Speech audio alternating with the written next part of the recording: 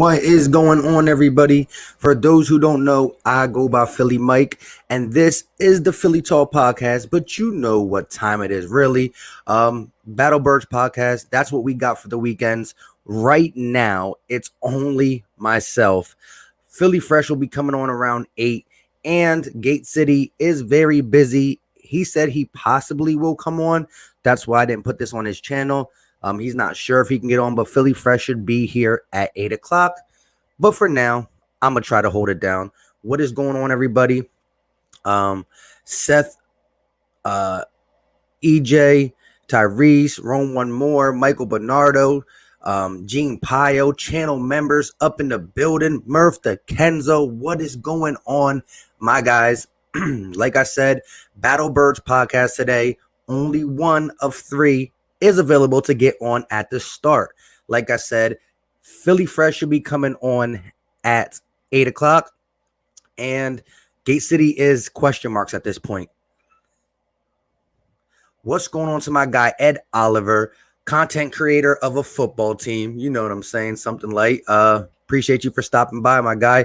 And I do agree with you. We need to wait a little bit closer. There's 18 days until football. You know, when we get to that last week, we can definitely do the Washington football team versus the Philadelphia Eagles game preview. But like I said, what's going on? Everybody jumping in. Jalen Williams, Isaiah Smith, Stephen Joyce, another channel member, Michael Bernardo, so need that wrench. Robert California, what's up? Let's get Earl Thomas. Why not? You know, one of the free agents out there. The Eagles always somehow got to be mentioned into that. I will say this. Do we have a lot of safeties? Yes. Is Earl Thomas a different type of breed at safety? I would say yes at that as well. We do got 4 safeties at this point, but hey, I mean, he got in a fight with somebody at camp, and you know, with all the stuff that's going on, they let him go. I believe they're going to try to trade him, but once you put it out there that you're going to either trade him or release him, the value's down. Like, you don't got no bargaining chips. You don't got no backbone to say, well, I want this for him. Well, you're about to release him, so I might as well just wait and see if I can't sign him. So that's definitely a problem there. I just gave you a wrench, my guy.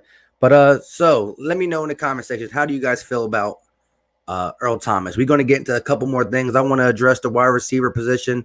I want to address the O-line. I want to address a couple things. Now, I was going to drop my JJ Arcega-Whiteside video, which I have pretty much done. I have 5 plays, 3 horrible plays from 2019, and 2 plays that if we seen more of this, well, then J.J. Arcega-Whiteside can make some noise. We heard on Friday he had a good practice. He caught a toe tap catch on the sidelines. He dove for a ball, but it's practice. We seen J.J. Arcega-Whiteside come out in preseason against the Baltimore Ravens and ball out. And then he just disappeared. But I will be going over them 5 plays in my next video, but we can still talk about him today. So, Mike, you want anyone on? Let me know. I hear you, my guy. What you think about Earl Thomas? Yeah, we're going to get into that. Let's get into football mode. Yes, you already know. 18 days and counting. What up, fellas? You already know. I don't want Earl Thomas hitting our safeties. Hey, I mean, I don't know exactly what started the fight, but a fight is a fight. Like, you can't fight your own teammates. You're supposed to be, you know, like a brotherhood. They can't be doing all that. But Earl Thomas is a beast. Make Earl the safety and move Mills to cornerback too. He's way better than Maddox or Sidney. Hey, I always thought that if we seen Sidney or Maddox struggle on the outside, there was a possibility of moving Jalen at number 2. Again, people know that Jalen Mills gets beat on a lot of double moves, but he did play at a decently high level last year for the games he played. And if you know that Darius Slay is going to shadow, then Jalen Mills has to be upgraded in the sense that he only has to worry about the number 2. Now, when Ronald Darby was there, Jalen Mills was our number 2 cornerback. Ronald Darby was the so-called number 1, but they stay on the same size. And so if you don't want Michael Thomas, Devontae Adams, Julio Jones going against Darby, which they kind of did anyways, you just move them over. Nobody follows, but Slay would follow. I hit you about the Earl Thomas situation on Twitter, bro. Yeah. I messaged you back just like an hour or so ago. I said we gonna talk about it on the live, my guy. Appreciate you for hitting me up on Twitter, my guy. I feel like Jalen Reagor is really getting slept on. Of course, of course. Any Philadelphia Eagle player is automatically going to get slept on because people just love to hate on all Philly sports.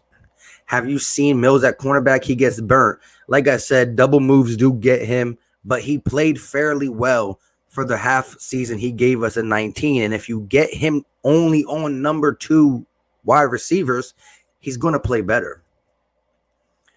Keep the Eagles the way they are and fire Brent Brown of the Sixers, and we need a real coach that's going to know how to manage talent. Linshaw Cooper, I agree 100%. I'd pass on Earl Thomas. Well, here's the thing. I can never just pass on the talent because the talent's there. But I think when you put in order what we need, the money situation, it's going to be hard to try to target Earl Thomas because safety is a spot that we have, talent. We got an up-and-coming rookie who might not play right away, but will get snaps. Will Parks is a guy who's slept on big time because his one-on-one defensive abilities to man up against people in the slot, the bigger receivers, if Slot God, a.k.a., Nicole Roby-Coleman, a.k.a. Slot God, can't. Like, Will Parks can match up with people. He matched up against Darren Waller, a pretty good tight end for the Raiders. He matched up against Tyreek Hill in the slot and was able to slow him down. So I like that. But listen, Earl Thomas is still Earl Thomas.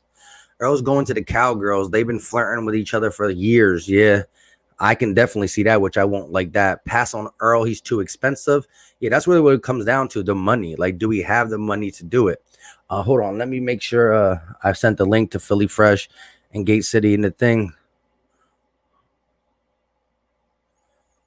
Let me make sure. Yeah, so like I said, Philly Fresh said he'll be on at 8 o'clock. Yep, definitely hit me up about that. My guy Lawrence Jane was on it. Rock the Artist, what's going on, my guy? Yeah, I watched your video. Shout out to you, my guy. If you have time after this, go check out Rock the Artist, see what he's doing on his channel. Earl has issues, and if he really wants to be the Cowboy, he doesn't need to be an Eagle. He'd be a problem here too. Yeah, I mean, how much, sometimes bringing a guy who's just talented, who can actually cause problems to your locker room, it's iffy. Now the talent's there, but he will be expensive, and the Eagles are not a team that just has the boatload of money to go spend on certain things. We got to save money. We don't know what we're going to do with the Zach Ertz thing. Next year, Cap's problems are going to be there. Earl Thomas, although he's talented, I don't think the Eagles will try to pull the trigger. Jalen Reagor is going to have like 850 to 1,000 yards and at least 10 touchdowns. He's like an upgrade Tyreek. He's like an upgraded Tyreek Hill. Whoa, wow. I mean, I got to see Jalen Reagor play. Now, look, I like him. I mean, the 42-inch vertical, the speed, the explosiveness, the yards after the catch, his toughness, second to CD Lamb in yards after the catch out of all the receivers that came out this draft. I love it. But Tyreek Hill's been proven to be a pretty dang good receiver, and I would love him to be better than him, but I got to see it. Where's Fresh and Gate City at? Like I said, for people just jumping in here, right now, Philly Fresh said he should be on around 8 o'clock, and Gate City has been really busy. He's going to try to jump on later in the stream, but who knows? Fresh said he will be here at 8. Gate City is more of a question mark. So.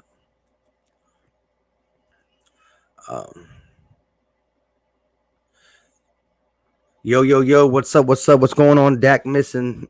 You already know. 4 years playoffs. Yeah. Wait. 3 years in a row, and I don't expect this year to be any different. Earl doesn't seem emotionally stable enough to be here. Correct. We already got Brandon Brooks with the anxiety. I mean, Earl's been through a lot. I mean, get caught naked in the same bed as his brother, wife hold a gun to his head, got stiff armed by Derrick Henry, and now he gets in a fight with a teammate. Like, he's been going through it. The Eagles aren't making any more big moves, fellas. I co-sign that. It all started with him and his girl and Earl Thomas's brother. Exactly. Like, what is going on with these guys? What up, Mike? Eagles Nation, what is going on? You already know. Mr. Stanley, the first ever winner of the Philly Talk Podcast giveaway, Jalen Reagor jersey. My guy, sorry I missed you. Been swamped with work. Keep pushing, bro. You already know. Hey, it's a crazy time. Basketball's just ending. Well, for the Sixers, it's just ending. Football's just starting. People are going to be going back to school. Some jobs are opening up. Like we're getting back to normal life. Kinda. Lakers #1 fan, what's going on? Be More Philly, another channel member in the house. What up? What up? You already know, my guy. What? Why does it jump like that?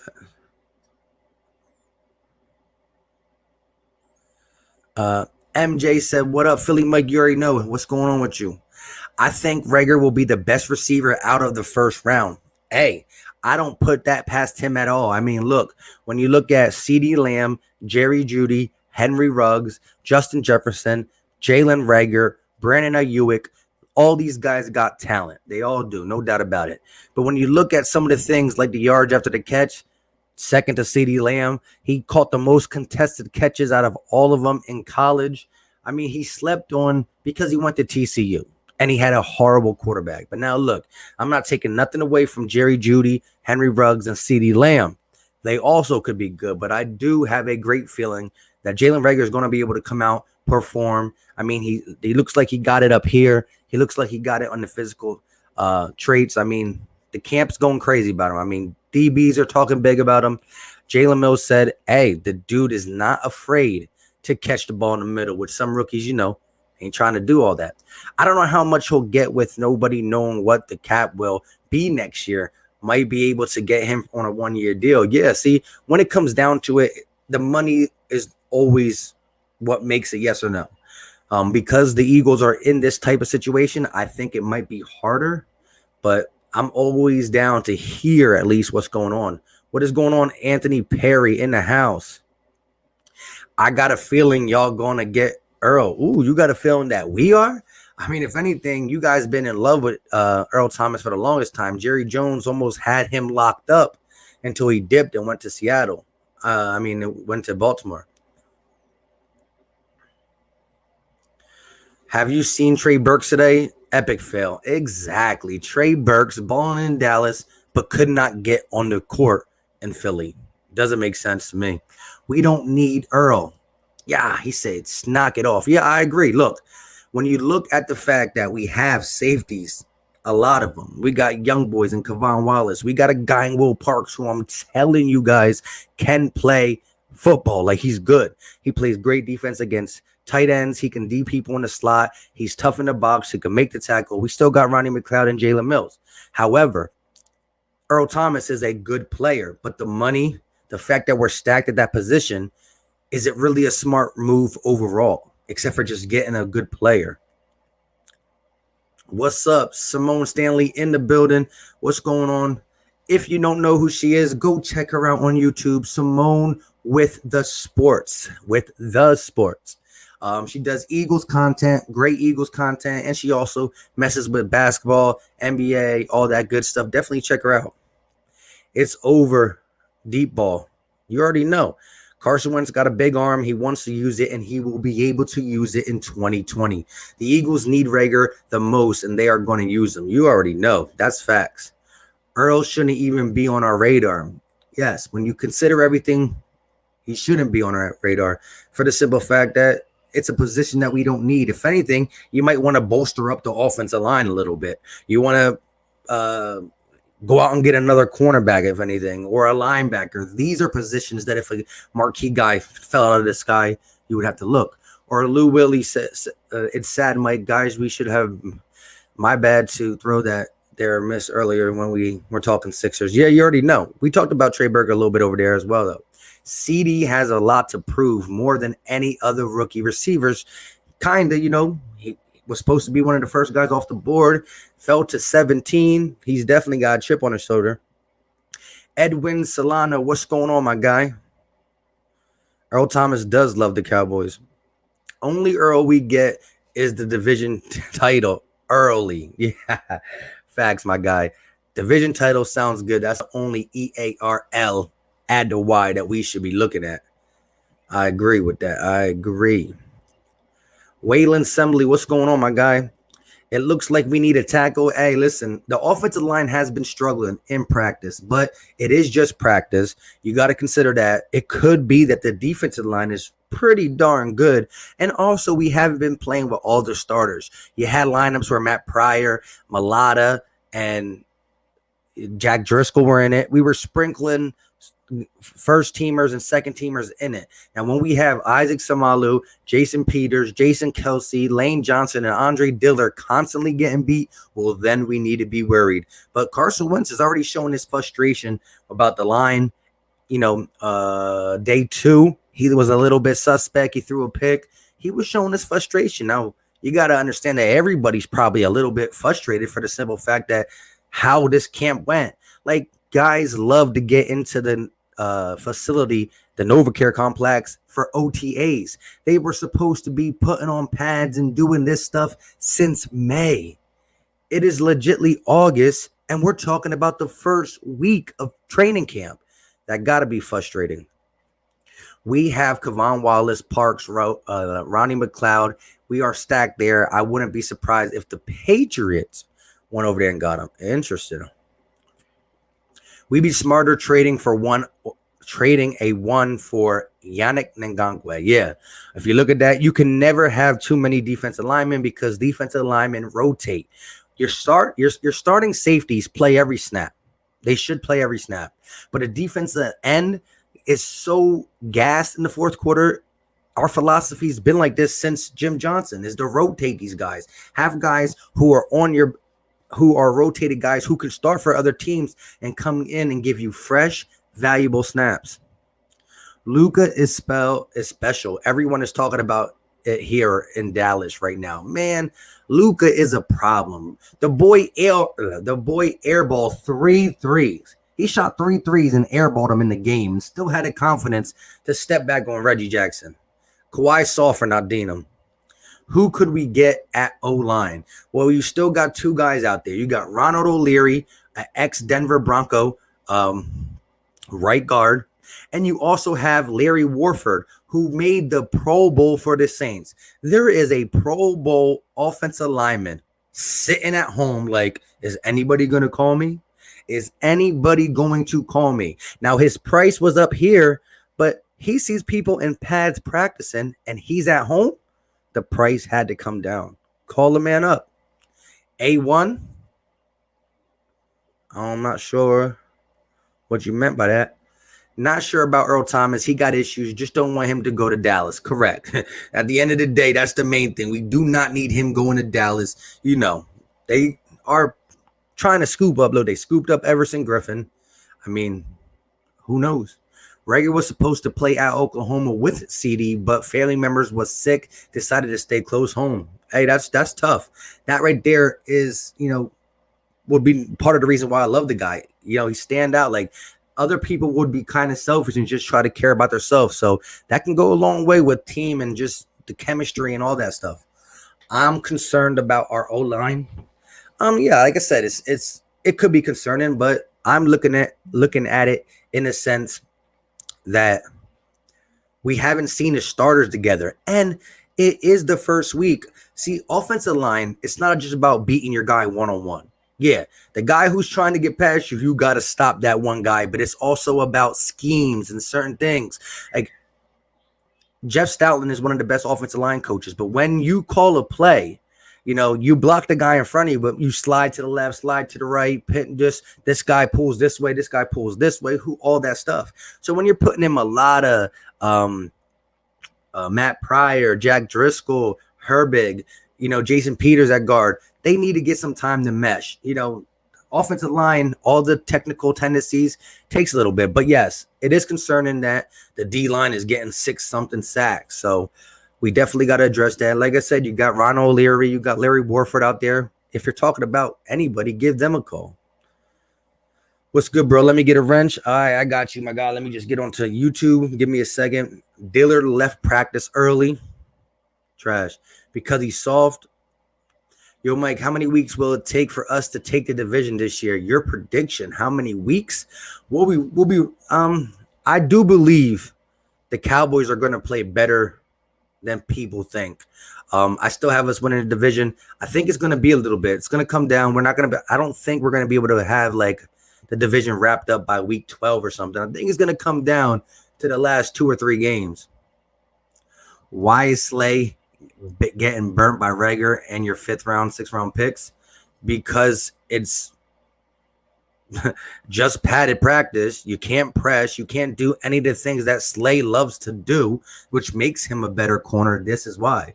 Again, these one-on-one drills favor the wide receiver.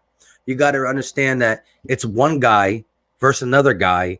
The whole field is wide open. You don't got linebackers in your way. You don't got safeties in your way. You don't got nobody in your way. You don't got other receivers running routes in your way. So you could do whatever you want. Also, what makes Slay great is being able to press up, get his hands on guys, and do that stuff. Because it's practice and it's not tackle practice, they're not allowed to do that. So if he can't do the one thing that separates him from others, he's going to get beat. I ain't worried about it.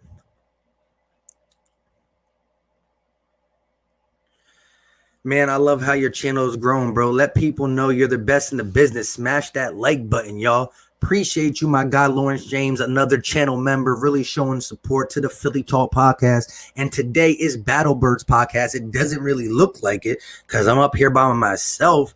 No Philly Fresh, no Gate City. Gate City should be on. I mean, Philly Fresh will be on around 8 o'clock, he said. I don't even know what time it is right now. It's 8:06, so he lied to me.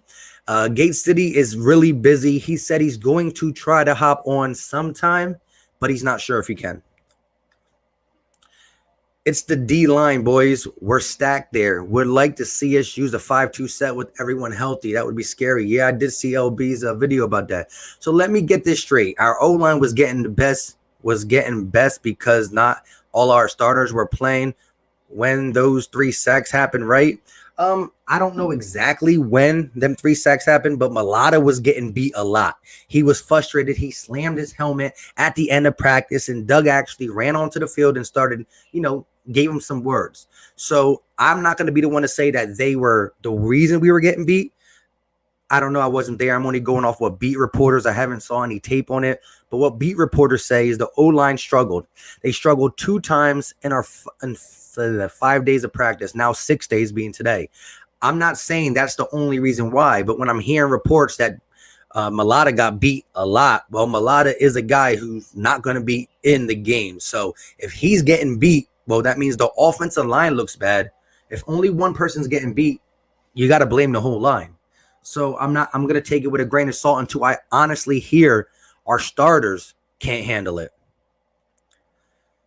Murph, bring that in the wound saying you already know. I think Freshers text me. What up, Philly Mike? Where are Philly Fresh in Gate City? Like I said, they should be up. Any updates on Dillard? Heard he got hurt today. I did hear he walked off of practice. With everything going on today, had a busy day. I didn't get to hear if he got back in. So if anybody in the chat knows did Dillard come back and what's up with him, let us know. Dillard is starting to remind me of Winston Justice. Remember him? Yeah. But what is the biggest thing that he reminds? Why? Give me the reason why he reminds you of Winston Justice. I wonder if he can get the Colts GM drunk and release Quentin Nelson. Yeah, right. For the first time, it would have been cool to have preseason. They set a screen on Leonard, but they should have double teamed him with Sherman. Yeah, listen, nowadays NBA, someone sets a screen, they just switch. Ain't nobody fighting through the screen to stay with their guy. I understand that throughout the game. Last possession of the game, if I get screened, Luka's not passing the ball. I'm getting through the screen to play Luka, and I'm going to go out like that. Protect your neck. You already know. Sounds as if Jason Kelce doesn't believe the Dillard injury is going to be a problem or a setback. I like that. The injury bug is hitting us hard. When haven't we had the injury bug since the Super Bowl? Dallas has that haha Clinton dude. Yeah, but Earls could probably play the opposite side. Mike has Gate chained up in the basement torturing him. Hollywood Mike said, I'll give you cerebral. Yeah, you're dead. You're crazy. What do you think of running a 5-2 defense? I ain't opposed to it. I like the standard 4-3. I like 4-3 a lot. I think it really helps your ends. I mean, I like it. And again, our defensive ends have the easiest job. When you have Fletcher Cox, Malik Jackson, Von Hargrave when he gets healthy, and Hassan Ridgeway rotating, always fresh, a not hurt Fletcher Cox, they're going to have to double, triple team. They're going to use a lot of bodies to clog up them, leaving Brandon Graham and Derek Barnett and Josh Sweat and Vinny Curry a easy route to the quarterback. It really don't matter if Earl goes to Dallas. I think we're legit have a top 3 offense in the league, even if we have a couple injuries. Hey, I like this offense. The same concerns every season, but when the lights turn on, they are out the window. Who, Dallas? Diller has been dealing with an injury. I hear you. Bro, we as Eagle fans panic way too much. Yes, we haven't won that many titles, but we are the best team in the NFC East every year. I'll sign. I like that. Go Eagles. You already know. Okay, then why are the Eagle video makers hyping up the wide receiver so much? Here's my thing, and I say this. It is just practice, like I said, but it's still good to see that because I've seen people being the Eagles wide receivers come in and in drills where it favors the wide receiver, they still can't get open. So as we all know, it does not matter what you do in preseason, in practice. It matters what you do on the game on Sundays. However, it's a good sign to see receivers do something. Again, to other people, it's no big deal. And that's why I'm not like, wow, but Harry Slays, blah, blah, blah, blah, blah. But I'm happy to see this because as an Eagle fan, our receivers have been trash. The majority of them have been trash for the last 15 years. You know, we get a good receiver here or there. Somehow they're either gone, hurt, or something. So it's just a good sign to see that.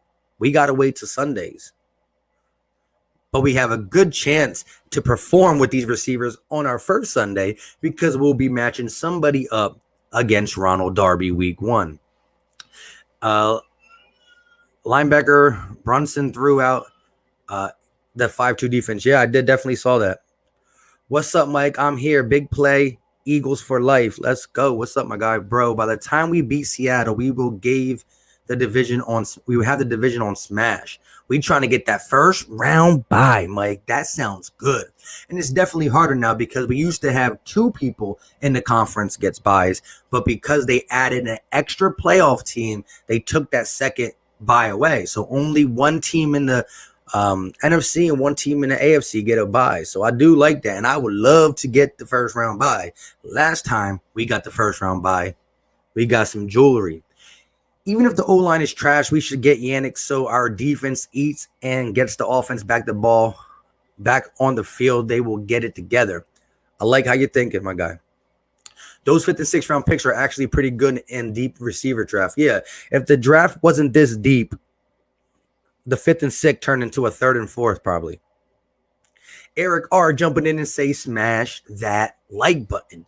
It's free. It's easy. All you got to do is click off the chat if you're already in here, hit that thumbs up and come back and just enjoy the rest of the day. And hopefully we get Philly Fresh and Gate City on here any minute now because I just did an hour-long Sixer stream. Didn't drink enough water today. Family was over last night. Did a little bit too much of that.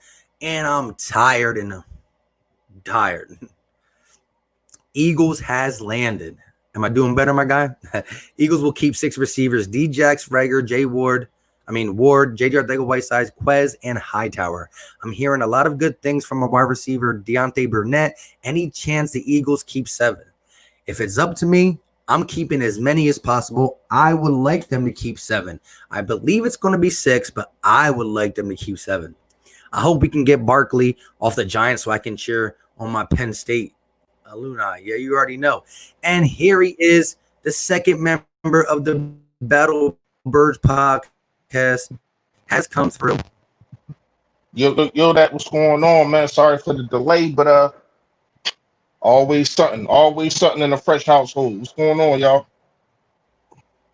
Chilling, chilling. And so, listen, if I missed your comment, I'm recycling it back. So, if you really had a question that you want to get answered, redo it because I'm far behind. We getting Philly fresh on here, so now it's going to be a little back and forth. But I'm gonna try to check everybody out. Shout out to everybody in the chat. We got 62 people in here watching. If you're new to the channel, we do live streams on the weekends, and we also have regularly scheduled programs throughout the week. So check out the channel. I go by Philly Mike, host of the Philly Talk podcast. Hit that subscribe button and go ahead and introduce yourself, my guy, who for people who are new. Yo, that you know who it is, you know what it is, man. Your boy Philly Fresh, aka the General, also, aka a third of the Better Bird podcast. You already know how we get down. Once again, sorry for the delay, man. I had just a crazy last hour, man. It's just been crazy, but I'm here now. Let's get into it. Definitely. So, we were talking about like the O-line a little bit. Hey, Mike, don't pull this one up. Yeah, I got you. All right. So what is your take on the O-line as we stand right now? I mean, I know it's only one day. You know what I mean? But here it's been a couple days. You know what I mean? But it just got put out there one day. I hear they've been struggling. I hear they really been struggling. I hear that Dillard, he can't protect anything right now. You got dudes like Osman, dudes like Josh Sweat just getting over on him. Still being able to get ball rush after gaining 30 pounds. That's a problem. If we have any type of question mark on the offensive line, that is a problem. You know what I mean? They even said Matt Pryor was getting bullied, Jordan Mailata. I don't know if it's just that our defensive line is that good, or it's just that these dudes ain't come to work. I mean, like I said, it could be that one day, but if you got question marks coming in, I mean, we only got 20 something days left. 18. You got to make sure that is it 18? Man, that's even worse. So if you got any question marks, anything like that to protect Carson Wentz, you got to make sure that you establish that because and you make sure that you hit on that because we got to understand this is not going to be the same offense. This is not going to be 5 yards here, 3 yards here, passes, a whole bunch of screens. It might be screens, but we have speed now. And to make a play develop with speed, you got to make sure that he's protected. It's not no 3 seconds. Sometimes it might be 5. It might be 5, 6 seconds that these dudes got to protect. So you got to make sure that they on point at all times. And if they are showing this much of it, it's okay to have weakness. But if they're showing this much weaknesses, what I've been hearing from sources and what I've been hearing on the radio and stuff like that, man, you got to make sure that this is right. You know what I mean? I appreciate Dillard to gain this 30 pounds, but if you still light in the butt, you got to do something else. You got to sit your behind on the bench. That's just fact. Yeah. I was speaking on it in the sense of I believe that, we weren't seeing the full starting line get abused. Like, so you saw Mailata get beat a lot. You saw Pryor get beat a lot. We heard even like guys like Nate Herbig were getting beat too. Now, Dillard got beat a couple times, same with Matt Pryor. But again, one-on-one matchups, if you're going against Malik Jackson and Fletcher Cox and you get beat once in a while, it's not that big of a deal because they could beat good players. I will say this, though. Offensive line scheme, pooling, all that stuff, knowing your responsibilities, that's more than 5 days of practice. You got Matt Pryor, who was a backup, who has to start. You got Jason Peters, who was never right guard, has to do that. You got Mailata, who we're playing because it's practice. But if we're getting beat, and these guys are the reason why, I'm not as worried because hopefully we don't see Matt Pryor because Jason Peters works at right. Hopefully we don't see Mailata because no injuries. So I'm feeling like if I hear that Lane Johnson's getting beat, Isaac Samalu, Jason Kelsey, and they're getting beat with everybody on that's going to start there, then I'm more worried than just hearing Mailata and Pryor. And I do like Pryor, but again, they got to get acclimated. So I'm hearing it. There's a guy sitting out there, Larry Warford, a Pro Bowler with the Saints, just sitting there at home, not getting no burn. So We might consider Yeah, something like that. I get what you're saying on them other guys, but we can't forget that I also named Andre Dillon. You know what I mean? He is, as much as we love Lane Johnson, his position is more important than Lane Johnson, and that's just facts. You know what I mean? The left guard is his blind side. The left guard, the left side is his blind side. So you got to make sure you have to make sure that it is solidified. That is the number one position other than quarterback. That's how this organization has been since Andy Reid's been here. That's how it's been since then. You know what I mean? So you have to make sure, and not only that, we got to realize they're going to have a good test. As much as we want to get on a Washington football team, as much as we want to try to grind them up and all the mishaps that have been going on with them, dudes getting suspended, dudes carrying guns and robbing, all this goofy stuff. They defensive line is still good. I don't care what nobody says. Chase Young, Cardi, them dudes want to ball. You know what I mean? So you got to make sure that you protect this guy, number 11, man. And that's my main priority right now. From hearing all this stuff that's going on, if you can't protect him, we not going to be able to do nothing. You know what I mean? He's going to be out there running for his life. He's going to be looking like Deshaun Watson. Man. We don't want that. We don't need that. You know what I mean? Yeah. But there was a question in here that says, where do we put Doug Peterson in the coaching rank? Where do you have him around out of all 32 coaches? He in my top five, and that's not. I don't even blink an eye when I say that. In my top five, you got dudes like even though, man, it's kind of hard for me to rank Bill Belichick, but I know it's been 20 years, but it's been so many cheating things that's been going on. I felt as though him beating us in 04-05 season, that came from cheating with the Spygate situation. So it's kind of hard for me to rank him, but you still got to put him up there. You got dudes like Mike Tomlin. I like him a lot. I feel as though last year he could have been in talks to coach of the year. You know what I mean? Do what he did with backups. And that's my thing. When you talk about coaches and you got dudes like Bill Belichick and Mike Tomlin that did what they did last year. Doug Peterson is in that conversation because look at what he did in 2017 with all the pieces going out. Look at what he did in 2018 with everything in shambles. Look at what he did last year with everything in shambles. He had to keep readjusting the playbook. He had to keep making sure that he made plays for things that suit every other player. A lot of people don't. A lot of people, you might understand it, but a lot of people don't take this into account that every player doesn't do the same thing. Every wide receiver doesn't run the same routes. Every lineman doesn't block the same way. So you have to keep tweaking. You got to keep adjusting. You know what I mean? Because there's a lot of coaches that doesn't do that in game and after game, a la Brett Brown. You know what I mean? We ain't gonna get into that though. But we ain't gonna get into that. But basically, what I'm saying is you got to put him in your top five, man. It's not too many coaches that I can really take over him. I'm not trying to hear the Sean McVay stuff. He owns him. Never beat him. Never, he hasn't beat him with Carson, hasn't beat him with a backup. So I ain't trying to hear none of that Sean McVay stuff. You got other dudes. You got dudes like that's teetering on top five. Pete Carroll. I mean, it's coaches there, but I gotta put Doug in my top five. Yeah, I agree. Doug's in my top five. You could try to go a couple different ways. Like Andy's up there, even though Belichick is he did it. I mean, it's still I'm gonna have to keep him around there. And you got the Mike Tomlins, the Pete Carrolls, you got some good ones. But 3, 4, what about 5. Sean Payton? How do you feel about Sean Payton, real fast? I like him. He's up there. I'm just gonna say this real fast about Sean Payton. I'll let you go. My bad, Mike. Now you good. My thing with Sean Payton is it seemed like every single year, it might be your quarterback. I don't know, but every single year you get to the big games and you just choke. I understand they had that thing with shout out to Nikel Roby Coleman that's here now. I understand y'all had that whole thing with that, but it wasn't just that. First of all, we should have beat y'all in 2000. We should have beat State in 2018. We went up 14-0 from the rip. You know what I mean?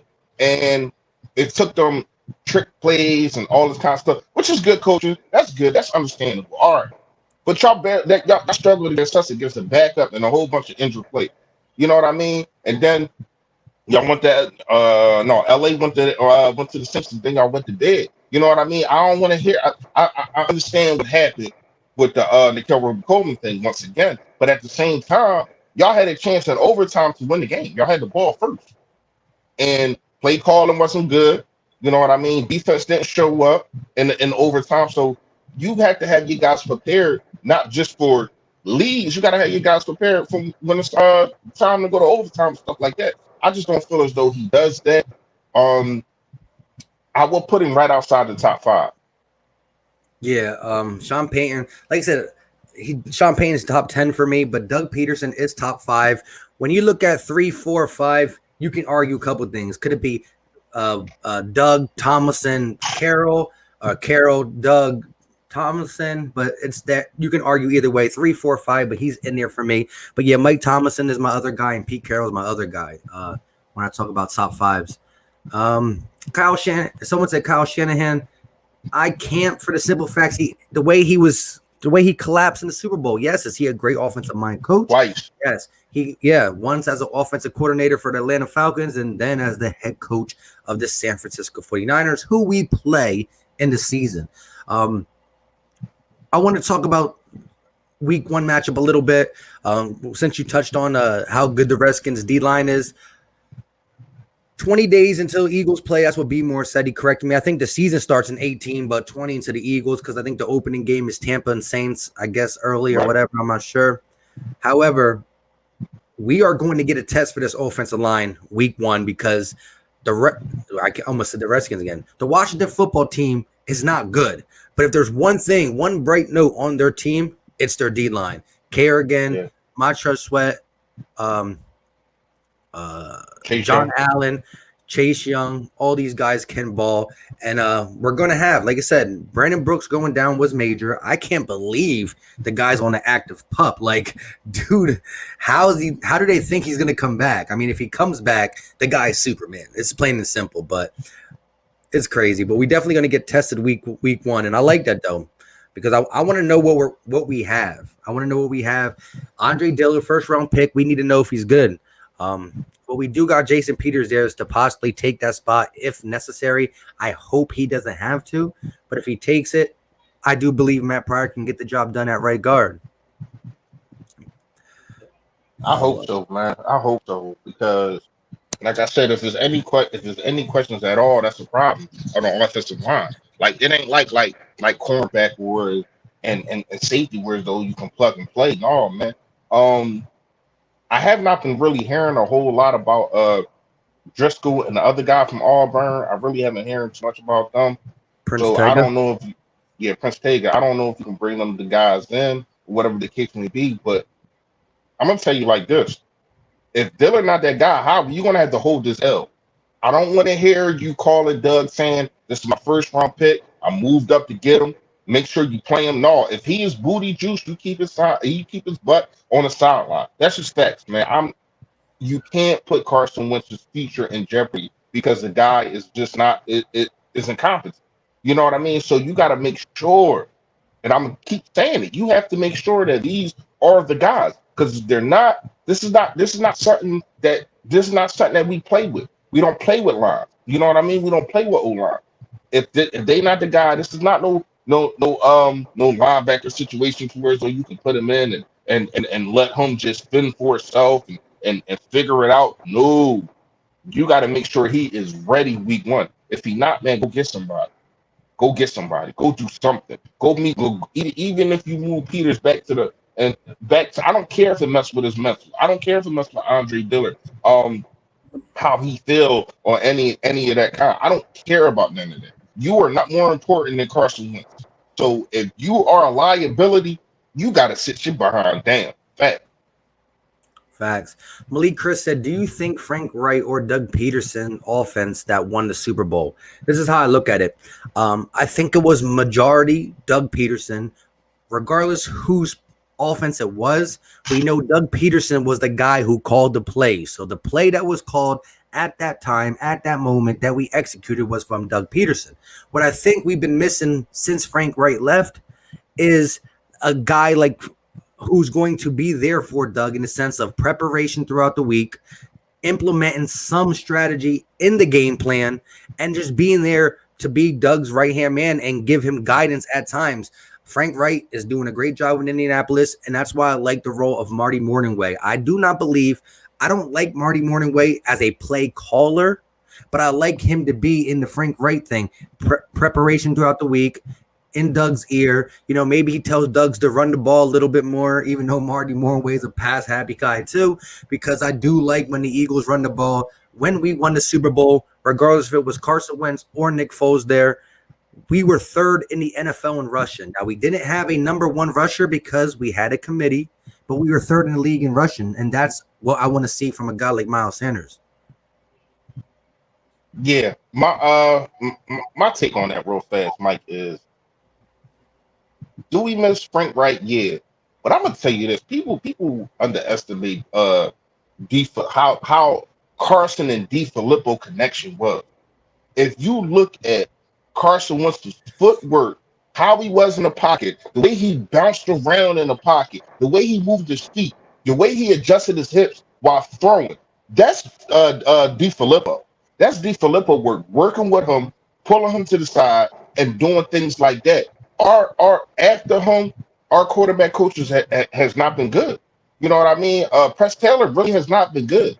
So we have to make sure that he has a coach that's going to teach him these tangible things, because a lot of the moving the hips, the way moving the pocket awareness, that attains to his fumbles.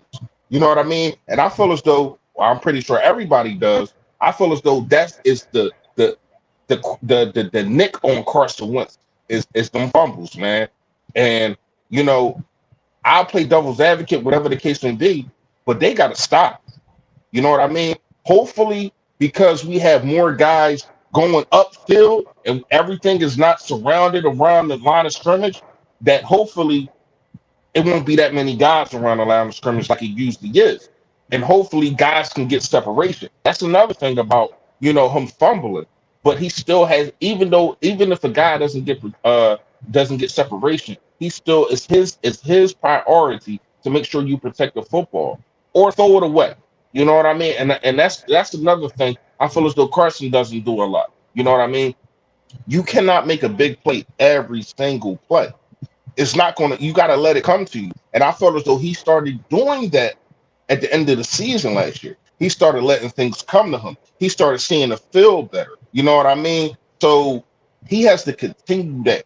He has to and coaches got to keep pounding in his head, yo, protect the ball, protect the football. But if you look at 2017 footwork and how he moved, I mean, some of that could be because of injury. I ain't gonna lie. You know what I mean? But the way he bounced around in the pocket, the way he looked, the way he scanned the field, oh man, it was beautiful. It was an art of work. You know what I mean? That I was most impressed with that from Carson Wentz in 2017. The big plays is cool. I like that. You know what I mean? But the way he moved in the pocket, go break. I'm trying to tell all of y'all. Go look at some of that tape, man. This dude it was an art of work, man. And now I feel as though he kind of got away from that, because I feel as though he's trying to make up for the lot of defaults that we had on the offensive side. But hopefully we ain't got that this year. Yeah, Victory said if Peters came into the NFL as a tight end and worked to be the best tackle in the game, I'm sure he'll be a pretty good guard. Yeah, and someone else put in the chat that Jason Kelsey had a good things to say about him as well. So, like I said, I want to see this offensive line when we got the guys who are going to be out there on week 1. 20 more days until we're playing football. Everybody's shown a little frustrations in the sense of they're not used to this. I mean, OTAs should have been in May when they just had padded practice. So it's definitely going to be difficult. But if there's one team that can get through the adversity, we know it's the Philadelphia Eagles. We've been through a lot worse than this. Quarterbacks needs to see the whole field, just not the middle of our wide receivers were ranked last in every category when it comes to receiver stats. Yes, and I'm ready for a change. I am 100% ready to see Carson have guys running down the field, running real fast on Vic comment. I get what you're saying, Vic. Like, I get what you're saying, but you got to understand, man, that was years ago. It's a difference between it's a reason why they got it's a reason why they got this saying. Now sometimes it's not true, but it's a reason why they got this saying you can't teach old dog new trick. You know what I mean? I'm not saying that Jason Peters can't do it. I'm just saying we can't compare him moving from tackle to, I mean, not tackle, moving from tight end to tackle. You know what I mean? Years ago when he played for the Buffalo Bills. You know what I mean? He wasn't even an Eagle then, for real, for real. So we gotta make sure that we understand that he's 38 now. You know what I mean? So it's like when your body is so used to doing a certain thing, and you older, and it's just that's what it is. It's kind of harder than when you're younger to adjust the thing. You know what I mean? We got to understand that he's going to a whole nother side. Now, he probably the top three right guards in the game next to him. So that's going to help him. And he probably got one of the top five centers in the game to the left of him. So that's really going to help him. But I just want people to understand that just because he did that years ago, probably more than 10 years ago, that don't mean that he's going to be able to automatically do it right then and there just because he did that. You know what I mean? Mm-hmm. Yeah, and like you said, when you look at the 5 days of practice, I think they were just trying to get together. But shout out to Edwin Solano, who says, quarterback, running back, wide receiver, tight end, D line, linebackers, everybody's looking pretty good. Just the one glaring spot is the offensive line, and it could be for multiple reasons. One, we're playing with backups right now, guys who are not going to be on the Eagles team. I mean, or ever play like Malata. And two, maybe our D line is just that bad. Bad in the sense of like really good, of course. Yeah. That could be it. If that's it, well, hey, shout out to the defensive line, seriously. Correct. But I don't know, man. And like I said, it's only a couple days. We didn't really hear this that much the first day of pads, but the last 2 days, and I don't know what happened today. I ain't gonna lie to y'all. I had a busy day. You know what I mean? So I don't know what happened at practice today. Did you hear anything, Mike? What happened today? I was really busy today too. I was gonna start doing that, but then I knew we had this. Someone said I didn't see a tweet that not Peters, Diller got hurt, but they said it's not bad. He walked off of practice, but they say it's not really nothing. So Okay. that's iffy. But yeah, listen, when you get a healthy Fletcher Cox, Malik Jackson, Hargrave, and Hassan Ridgeway, I mean, the defensive ends should be able to just eat. There's no excuse for guys like Yo, Sweat. go back to that comment. Which one? This one? Yeah, that's my wife. Hey, I figured, and I thought you were going to get in trouble because once I put it up there, I knew it wasn't for me, and you weren't responding to it. I'm like, no, I didn't see it. Hey, baby. I left it up there. I'm like, if he's not responding, I ain't see it. You would have got the immediate text.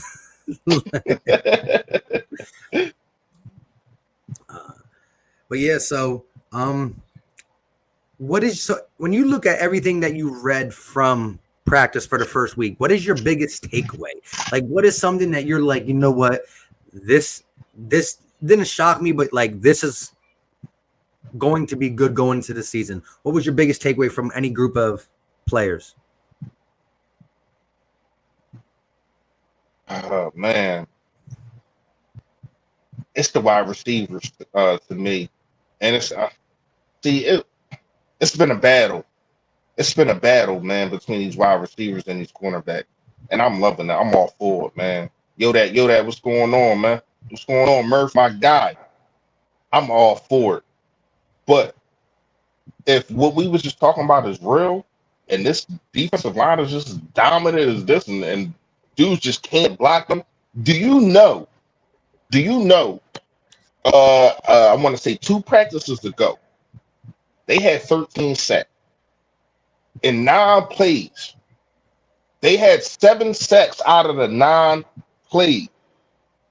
Carson Wentz wasn't up long enough to make a phone call. He wasn't up long enough to go to the bathroom. Like, they was on him. You know what I mean? And I felt as though coming into the season, this was going to be the position that was going to be dominant. And from what I'm hearing, they have been nothing but short of that. It has really not been a day to where as though the offensive line had blocked these guys. They just been they they just been going in. Like, and I'm proud to see it because this is how this defense is built. And it's going to make a lot of guys, especially the younger guys, look better. Because that's how Jalen Mills, that's how Ronald, aka Barbecue Chicken Darby, was looking good in 2017 because the rotation, the defensive line was just there. You know what I mean? Every single play we was getting pressure. And I feel as though this year, oh my goodness, we they got a problem, man. They got a problem. Yeah. Shout out to Sports Tings. He said thoughts on Avonte Maddox beating Cindy Jones in the battle for cornerback too. I just think the one downfall for Avonte is that he's short, but at this point the coaches like him better. He's always had the opportunity when he was healthy, and so I mean the only way Cindy Jones gets that is if somehow he balls out during the season, but it's pretty much, I believe, from the Eagles aspect, it's Avonte Maddox's job. But I wanted to say this too. When we talked about the D line, Chris said perhaps Derek Barnett finally has that 10+ sack year because of all the power in the middle. And to elaborate on the offensive line thing, Jalen Williams, a guy who played offensive line in college, said most old tackles kick inside to extend their career, so that's not a big deal. The switch inside stuff is just getting used to it. Peters is an all-timer, and they ask backups to switch all the time. No worries. So coming from the ex-offensive lineman himself, good things.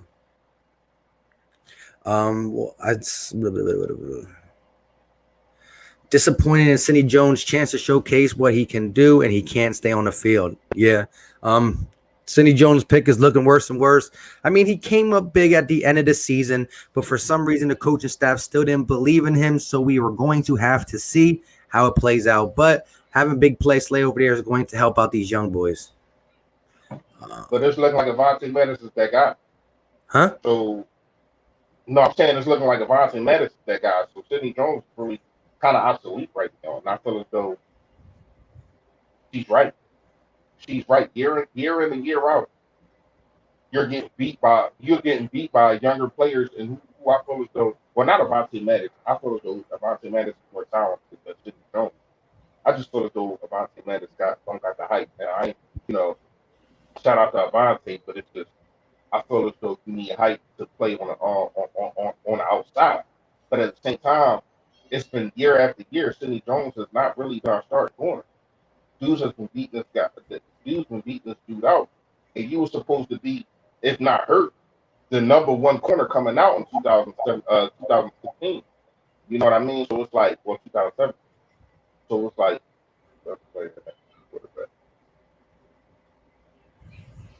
go ahead, Mike. You can answer. Yeah, but I want to get your answer first. Fletcher Cox. Gotta be Fletcher Cox. There you go. Yeah, it's Fletcher Cox. I mean, you can say, my guy, what's going on, man? What's good, man? What's good? What's good? What's going on, man? Hey, wait. Is that Gate City at the bottom, or is that car ride is really fresh? Is that me, though? He looking like me in the car with it. Hey, man. Hey, so. Hey, bro. Had to. Appreciate you stopping by. Hey, man, let everybody know who you is. Go ahead and introduce yourself. All right, for some of y'all don't know me because I've been absent. What's up, guys? Steve, Gate City Sports Channel. What's going on, everybody? How y'all doing? I just wanted to stop in and say what's up to my guys.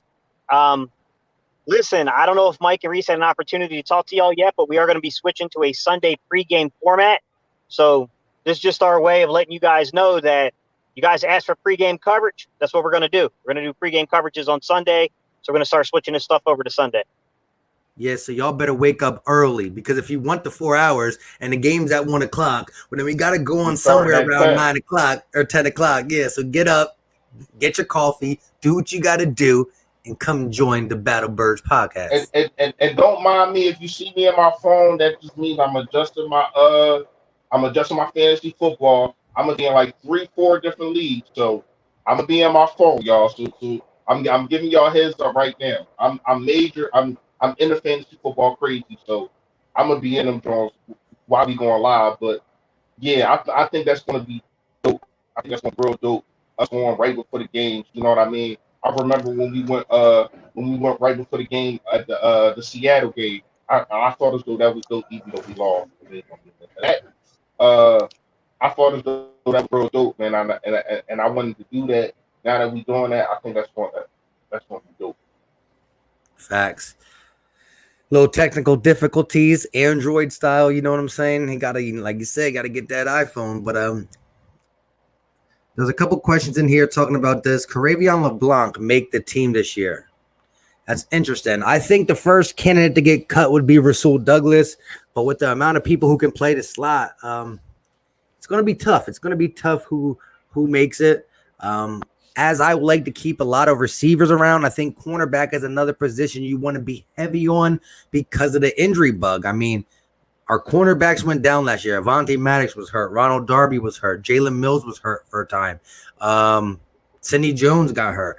I mean, like, guys get hurt. You better answer my wife's question before she cuts you out. Oh, where's she at? No, she put up. I answered it. Oh, wait, yeah, but yeah, we should have answered that one. So, yeah. After the quarterback, the best player on the team, I would normally co-sign your Fletcher Cox, but I want to keep it a little different. So I'm going to say Miles Sanders. And it's a big jump. I would go Fletcher Cox. That's my second guy. But I'm going to say what Miles Sanders is going to do, I'm looking into the future. What Miles Sanders does this year is going to have us moving him up the ranks on being one of the best players for the Philadelphia Eagles. So this is a future pick that I'm going to do. You think he's better than Zach Ertz already? No, of course. But I if I said Zach Ertz, then that would be the whole bring up the whole do we trade him for Dallas Goedert, about that, all that stuff. So It's a future pick. It's a future. It's like a take for the future. Miles Sanders is going to imprint his name in 2020. But yeah, it would be Fletcher Cox to me because that's just an anchor. Okay. So Gate City, question for you: who is the second best I'm player? delaying, man. I'm out in the middle of nowhere. What are you doing out there? It's crazy. Yo, bro, I was tomorrow to come out there. I'm supposed to come to Virginia tomorrow. I don't know what we doing, but I was supposed to come out there to you, Gate City. Brian, where you at? Now, depending on what part of Virginia are you close to Danville? You're real close to me. Virginia Beach. That's not too far, but I'm more towards the center of North Carolina. But you know, I used to stay out that way, man. I had a place in Norfolk and Newport News. Okay. Definitely. Hey, everybody noticed Jake Triller back? I thought we spoke to him and got him out of here. He talking crazy, man. But Who? I'm gonna let y'all go. I'll probably get him in a little bit, but I'll let y'all go. Who are you talking about? Jake Triller. Oh. Yeah, I seen a I couple. thought we rolled him up, smoked him, you know what I mean? Passing down to Murph DeKenzo and all that. Like, you know what I mean? Like, I thought we got him out of here. Hey, they always come back for more, I guess. You know what I'm saying? If we get how do you feel about the Earl Thomas situation in Gate City and Philly Fresh? Because I talked about that solo before you guys got on. Shit. I like the player, man. But I mean, he got into an argument with another position player and socked him, bro. I mean, he also was getting burnt in camp. That's what caused the problem. He was getting lit up. So I don't know what's going on with him, but he seems to have struggled down the stretch last year and into this, off season. So I'm not too sure what's going on there, but something's going on. What's going on is he ain't on the damn thing no more. That's what's going on. They released. Yeah. So what do you think about his future? I'm saying, like, of course, some of us are saying to go get him. Here's my thing: the player's great. No, but with the lack of money we have and that position being probably a position that we have a lot of depth on, I just can't justify us making a move for that. First of all, he's not going to be on the market fast. Somebody's probably going to sign him tomorrow. You Like know who he I'm is scared to a get? I'm scared the Cowboys go out and try to get him for the simple fact that, you know what I mean? They wanted him before he went to Baltimore. yeah. Shout out to B. Speaking of Baltimore, shout out to B more. Shout out to be more Philly. I was talking to him about it earlier today, and he posed a good point. They don't got the money. You know what I Yeah. mean? First of all, you can't even pay your quarterback. So how you gonna pay him? Now, will he take and you know I proposed this to him? Will he take a hometown discount literally? Because first of all, that's where he wanted to go. He's from Texas. You know what I mean? He went up to what's the old coach name? Mr. Clapp, Jason Garrett.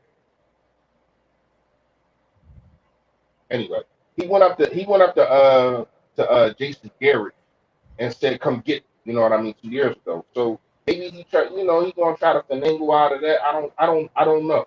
I don't know, but I don't feel so that they got the money for him. So, and even if they do, they still ain't got no quarterback. So, how you gonna deal with all this heat? You know what I mean? Yeah.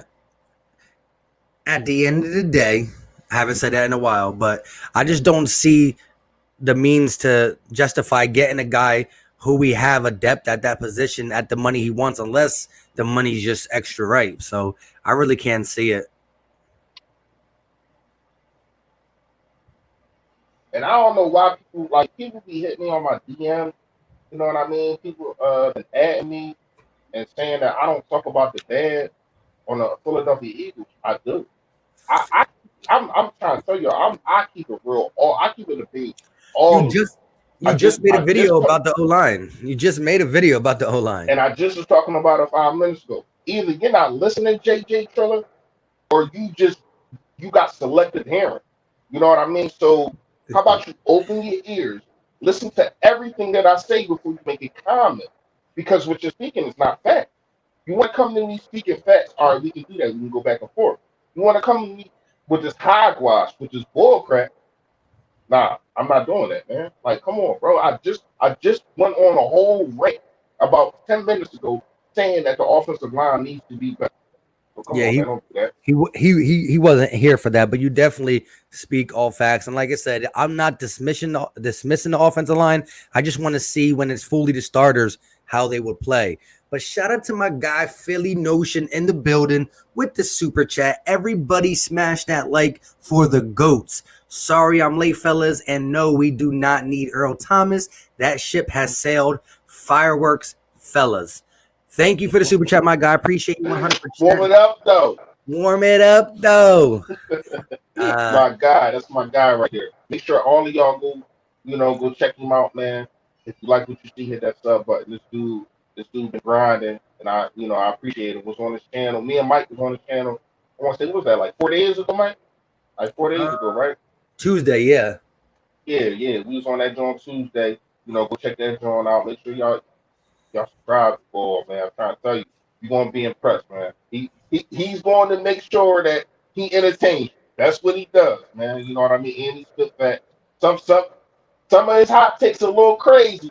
We ain't gonna talk about the killing situation, but shout out to Notion, man. That's my guy, man. Yeah, definitely shout out to Philly Notion. Definitely go check them out. It don't take nothing to click the search bar, type in Philly Notion, motion with an N, and watch a video. And if you like if you like it, hit the subscribe button. If you don't, then you don't. But check them out, to say the least. With that being said, Gate City, let me ask you a question. What's good? How concerned are you with the offensive line struggling 2 out of 6 days? Uh, a little concerned about the gelling coming together. I don't think it's time for panic mode yet, but I think it's time to take notice that, you know what I'm saying, the chemistry's off between those starting five. Now, guys are kind of coming in and out.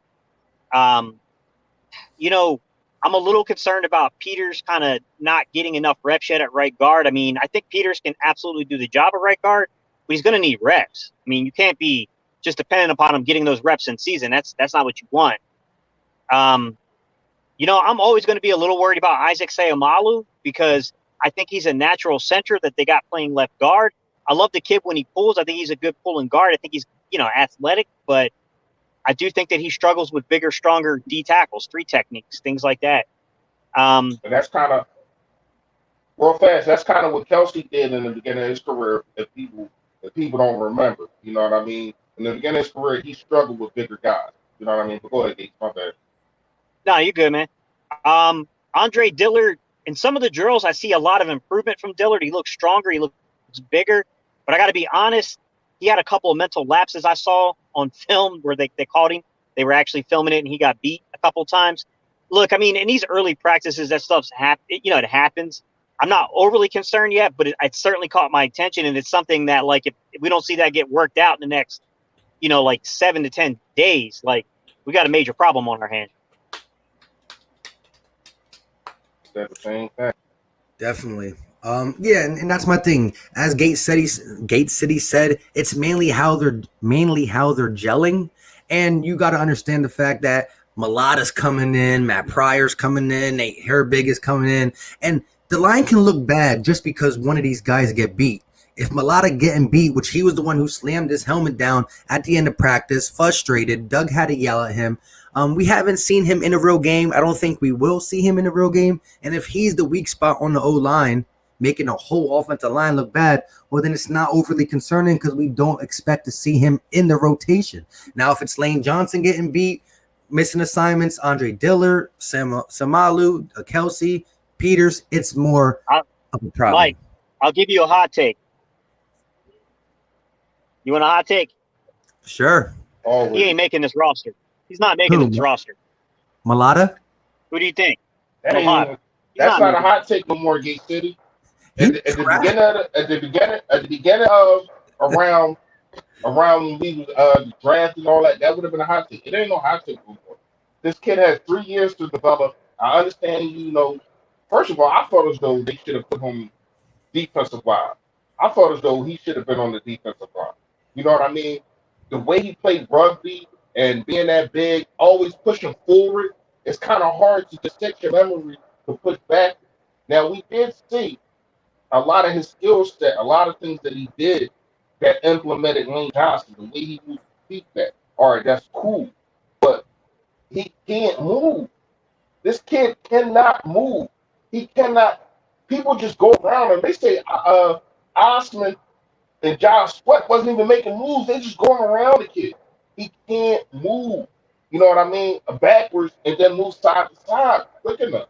So I thought as though, man, if you wanted to make it to the project, you should have put him on the defensive line. You know what I mean? And hey, I mean, he was a 7th round draft pick, so it ain't like we really losing anything with that situation. But just having him on a roster, you know what I mean? But they did have him last year. Did they have him the whole year or IR or whatever the kid they had him on there on the whole year, right?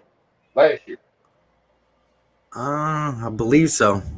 Yeah, he was on the whole year, so it ain't really like he lost a roster spot. I'm not mad at the pick. You want to try to make a project, all right, cool. But it ain't working. It ain't working.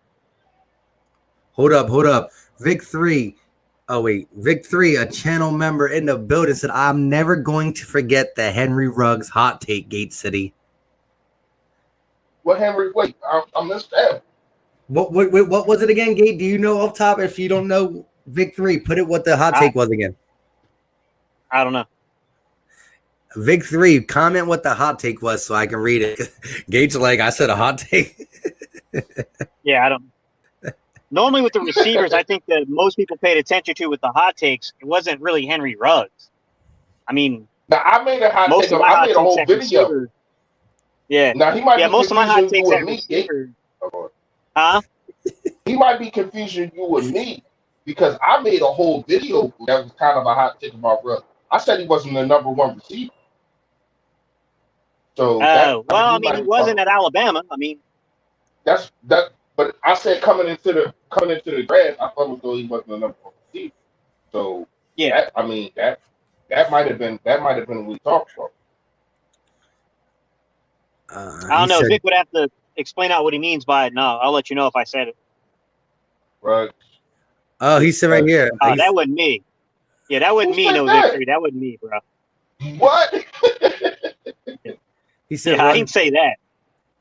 He said draft night. I don't know. We was all mad. We probably said a whole lot of things. Yeah, no, I ain't say we that. was we I was think Jay mad just trying that to mess night. with me. Yeah, I ain't say all Just that. trying to mess. Yeah. No, I mean, I said that his counterpart at Alabama was the better player. As a matter of fact, I said he was the best player in the draft. Best player, like all Not around Henry player, or just Ruggs. receiver? Yeah, not Henry Ruggs. Just receiver. Not in terms of like the Okay, entire. I should okay, have probably clarified that, Reese. okay. But best receiver in the draft. Yeah. He said draft night, play the tape back. Well, that's the one thing that's good about this. We can always go back and check the film, but Yeah, that you was a can long that always was go back. You can screenshot it, video save it, whatever. Send it to us. You know what I mean? but I will say this though. That video was long and yeah, it was a rough night that night. It is what it is. But so Gay, I asked Philly Freshers, I want to get your take on it. What stands out to you in the first 5 days of camp? What position? What What position? stands out the most Yeah, to you. to me, it's the production from the young receivers. Look, they're not going through like I said, guys. I wouldn't overreact to how the corners are performing because what we're seeing on film we're mostly seeing wide receiver drills that are meant to make the receivers somewhat look good.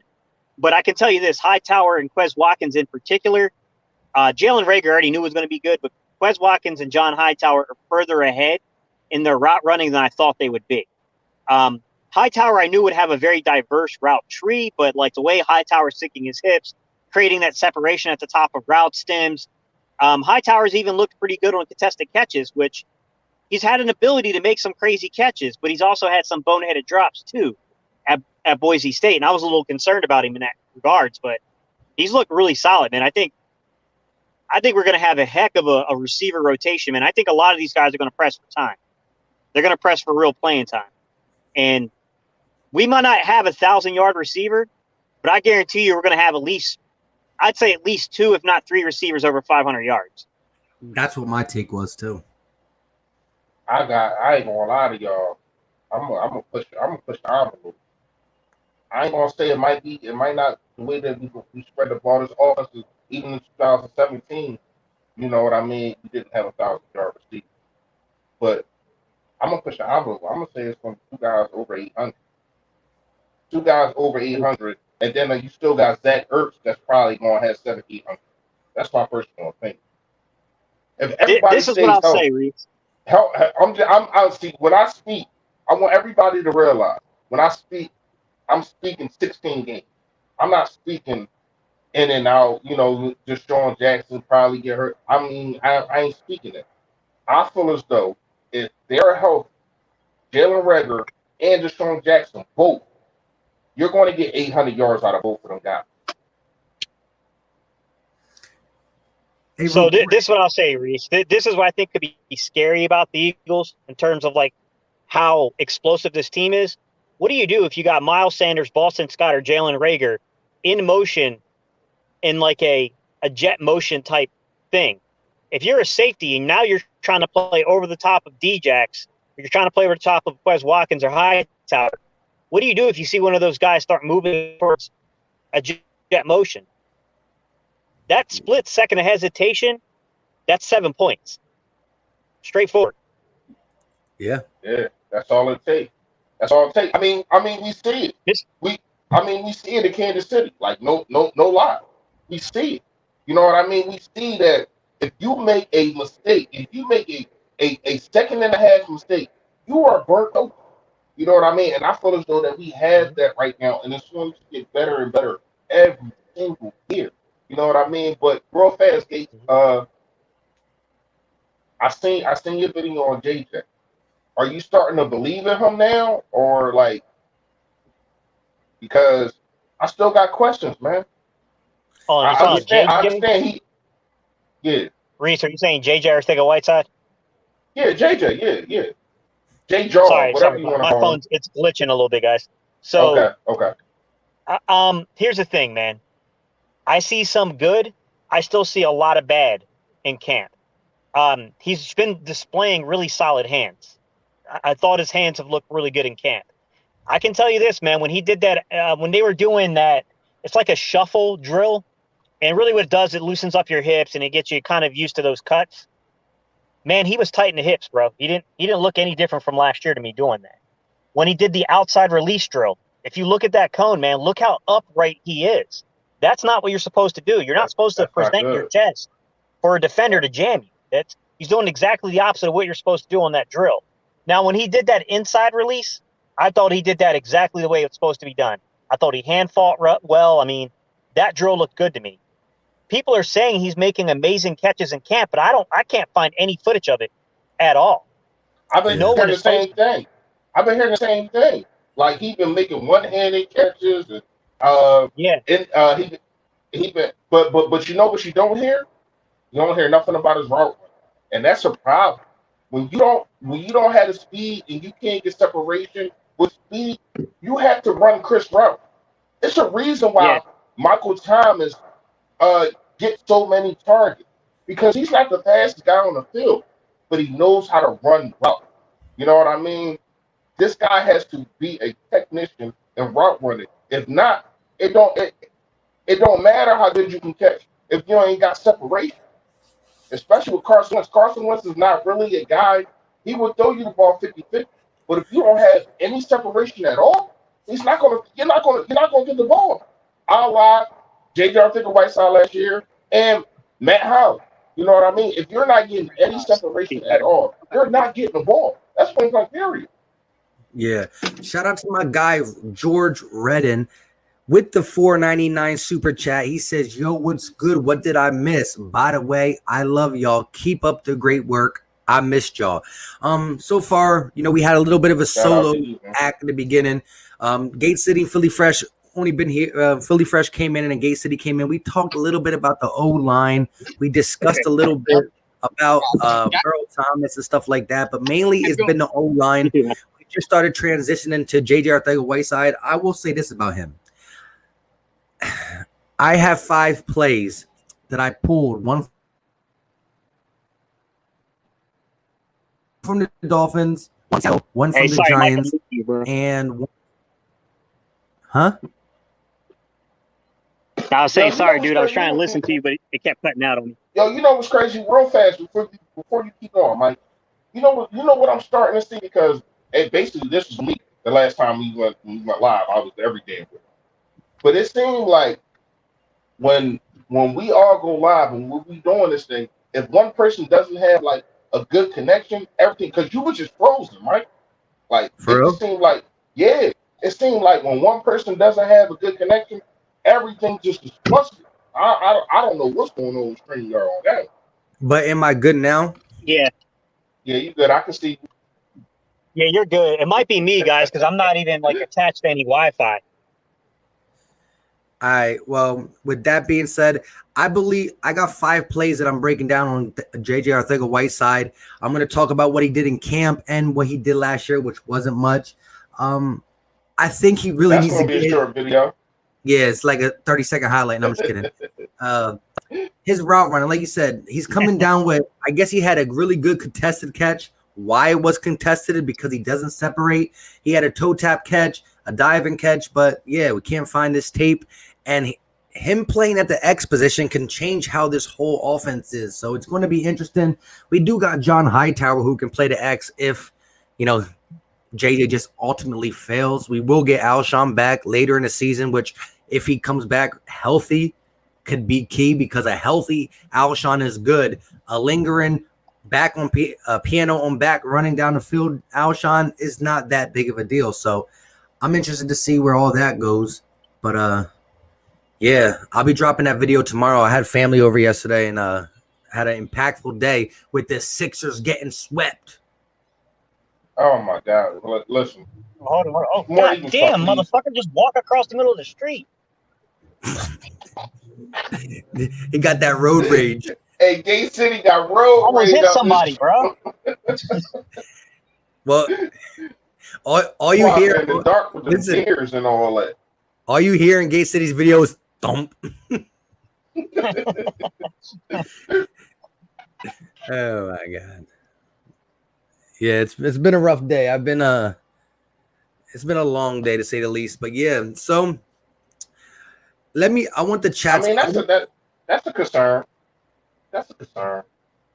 I understand that. My thing is, last year we didn't have. I'm talking to Malik Chris. No, I was getting that Malik Chris comment. Yeah, I got you. Go ahead. Uh, my thing is, last year we didn't have anything to really oversee that. We didn't have anything to come in. I mean, we had Greg Ward, but he's not a speed guy. As much as we love him, he's not a speed guy. I feel as though even if we missed Deshaun Jackson, I don't think we're going to have no flu stuff that happened last year. You know what I mean? He should have came back. He should have had surgery. It should have been back around like week 10, week 11. He chose not to do it. Came back, then got hurt and all that. I don't think that's going to happen again. We'll call a body on live. Yeah, yeah. Real talk Uh, though. If he did, we would. I would automatically delete this. I'm like, yo, I don't know yeah, nothing. yeah, ain't gonna be no, ain't gonna be no evidence. We got you, Gate City. Yeah, but but in all seriousness, we have people that can come in. We got people that can be your why. You know what I mean? We got people that can that got speed. We got people that can cover for now. D-Jack is better than all these rookies. We're not gonna sit here and try to act like it's not. You know what I mean? The comeback route, the speed, just the burst off the line is really second to none. I got you, bro. I got you. Give me a second. Let me Yo, in finish my my take. I opinion, got you Reese, fast like part. Huh? if Djax plays, if Djax plays 15 games, and I know that that's a lot of games for a guy his age. He plays 15 games, guaranteed Eagles win 12. You talking about DJ? Guaranteed.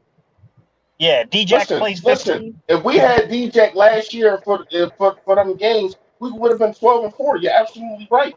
We wouldn't have been 9-7. If it was DJ, catching up on Detroit game, if it was DJ in the Atlanta game, if it was DJ in the Patriots game, if it wasn't AAA Alligator Arms Aguilar trying to catch that ball at the end of the game, and if it was DJ would have caught it. You know what I mean? And we probably win that game. So DJ going out hurt, but us not having receivers after him, not having depth. We got depth now. You know what I mean? You know who had to come in after DJ? It was Matt Holland, a guy that wanted to play special teams. He sat there and told the media, "I'd rather play special teams. That's what I do." But yet Yeah, still put him on the field. You know what I mean? So I feel as though we're in a better place at the wide receiving position right now to beat that go out. Yeah, I agree. So like I said, shout out to everybody in the chat. We are live on two different channels, the Philly Talk Podcast and Philly Fresh. Gate City's channel is not being used for the simple fact we weren't sure if we were gonna get him, but it's good to get our guy on here. Busy man today, busy man, but you got to do what you got to do. With that being said, make sure you smash the like button wherever you're watching it. It helps the stream, pushes it out, it shows some love. It's free, it's easy. Hit the button. And subscribe to the channel if you guys are new. We do Eagles content every weekend. We have our own regularly scheduled programs throughout the week. We collab each weekend. The Eagle join us in the quest for our second Super Bowl in 2020. It should be a good one. I wanted to. There was one thing I wanted to ask you Hey, guys real we quick. owe the Seahawks Steve real fast. Not you, Steve. Hydra, but what's up? we owe the Seahawks and we owe the Saints. We play both of them, man. I cannot wait, yo. Seriously, we owe them, man. I I just was talking how we own Sean McVay and the LA Rams, but we're owned by two teams. We really are, and I'm tired of it. I don't know about y'all, but I am tired of it. I'm tired of the Saints always getting a victory. I'm tired of the Seahawks always getting the victory. We should have won last year in a playoff. They was giving us the game on a silver platter, but we just had a hobbling 40-year-old quarterback with a torn hamstring off the bone, and we couldn't get the job done. My thing is, and I know we never really talked about this. I'm going to ask y'all this real fast. If McLeod when it came to the back. I don't know if he did. He would have came to the sideline. Like, listen, I'm hurt. I mean, we all seen that he was hurt. He couldn't move. Would you have put Greg Ward in, just to try to do some wildcat stuff, especially in that red zone? I was kind of mad about that because I'm sitting there watching the game. I'm like, yo, this dude can't move. Try to get Greg Ward or do some wildcats, do something. What y'all have done there? So let me answer this real quick, guys. I got to run this pizza and shit inside and eat. Reese, I think you're onto something. I thought that, to be honest, I know a lot of people give a lot of shit to what happened in that playoff game, but between the 20s, we moved the ball. It's just that when Carson Wentz went down, man, it's hard to score in tight contested windows when the field gets short. And if we had a guy like Greg Ward Jr. out there, if we had more options at receiver and you could use Greg Ward more in a more versatile way, I think it might have tried some stuff, some wildcat stuff, something, some kind of trick play, man. Because that was what bothered me. But see, Reese, they was probably that, never practiced bro, it. we kept getting They hit with probably trick never plays. practiced it. They probably never We kept practiced getting it, hit with trick and that's plays the and had problem. nothing up our sleeve. Right. Yeah. Listen, when you moving the ball between the 20s and you're getting to the red zone at the clip we were getting to the red zone, and we lose by that little of a score difference, you have a guy like Carson Wentz who has 72 touchdowns and 2 interceptions in the red zone. Just say the 4 red zone trips, we convert half of them. It's a Say that different again. game. I love hearing that. Say that again, Mike. Say that again. 72 Hey, guys, and 2. Peace out, y'all. I'm gonna go eat. If y'all still, I'll check you out when I'm done. If y'all still live, I'll try to jump back on. All right. All right. We probably still be on, man. Hey, All right. it's not Saturday night, bro. It's Sunday night. I gotta be up at 5 in the morning, my guy. All right, y'all. Later, man. If y'all still on, I'll catch you. But if you're not, it's all good. All right. Yeah, I ain't hear that last one. Yeah. Do y'all think the D line? Do y'all think the O line is that bad or our D line is just that good? I think it's both. I think our D line is really legit, but I do believe the offensive line struggled mainly because of the in and outs of the guys, like throwing out Jordan Mailata, Matt Pryor, guys moving around, guys leaving practice. So it is concerning to hear any position struggle that bad. But I think once they gel, 20 days, they get the rotation right, I think we'll be a little bit better on that side. I was calling for Greg Ward to be a quarterback in that situation. Yeah, I mean, it's definitely a different look, and he's shifting up to. Yeah, you said about him not practicing in it, possibly. Yeah, but I just thought though they didn't practice that and they wasn't ready for that, and that's something that I think Doug is going to take into consideration to be prepared for everything, and that's probably another reason why we got Jalen Hurts. Probably another reason, man. Shout out to Philly. We had Jalen Hurts last year. Come on now, we going to the next level. You know what I mean? Yeah. That's how I feel. Just fact. Yeah, definitely. Again, McCown did pretty good. I mean, moving the ball 20-20, but we could not finish in the red zone, and that's where Carson Wentz cashes that check in the red zone. 72-2. Let me just say it for you guys one more time. Yeah, 72-2. That junk sound good. And we gotta. Crazy. It's crazy. That's crazy. I gotta check it. You know what? I wish Gay City was here because I know he did. He know how to check it. I don't know how to check all that stuff, but I gotta check it if that's like if that's ever been done. You know what I mean? Like that's crazy, bro. Like that's crazy. But exactly. McCown practiced, but McCown's hurt. He got hurt like I want to say like the second drive of after he came in. That was like the second quarter. You know what I mean? I think he was hurt going into half. You know what I mean? So he was just and he's 40 years old. Well, 41 now probably. He was 40 years old at the time, so I didn't expect too much of McCown. I'd rather Miles Sanders pick up. Yeah.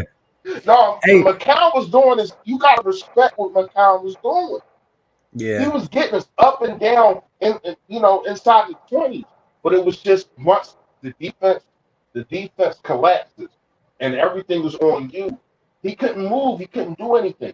It was times I actually seen that It was a lane for him to run. And before I knew he was hurt, I grinded him up. I ain't gonna lie to y'all. The video right after the game, I grinded him down up. I didn't know he was hurt.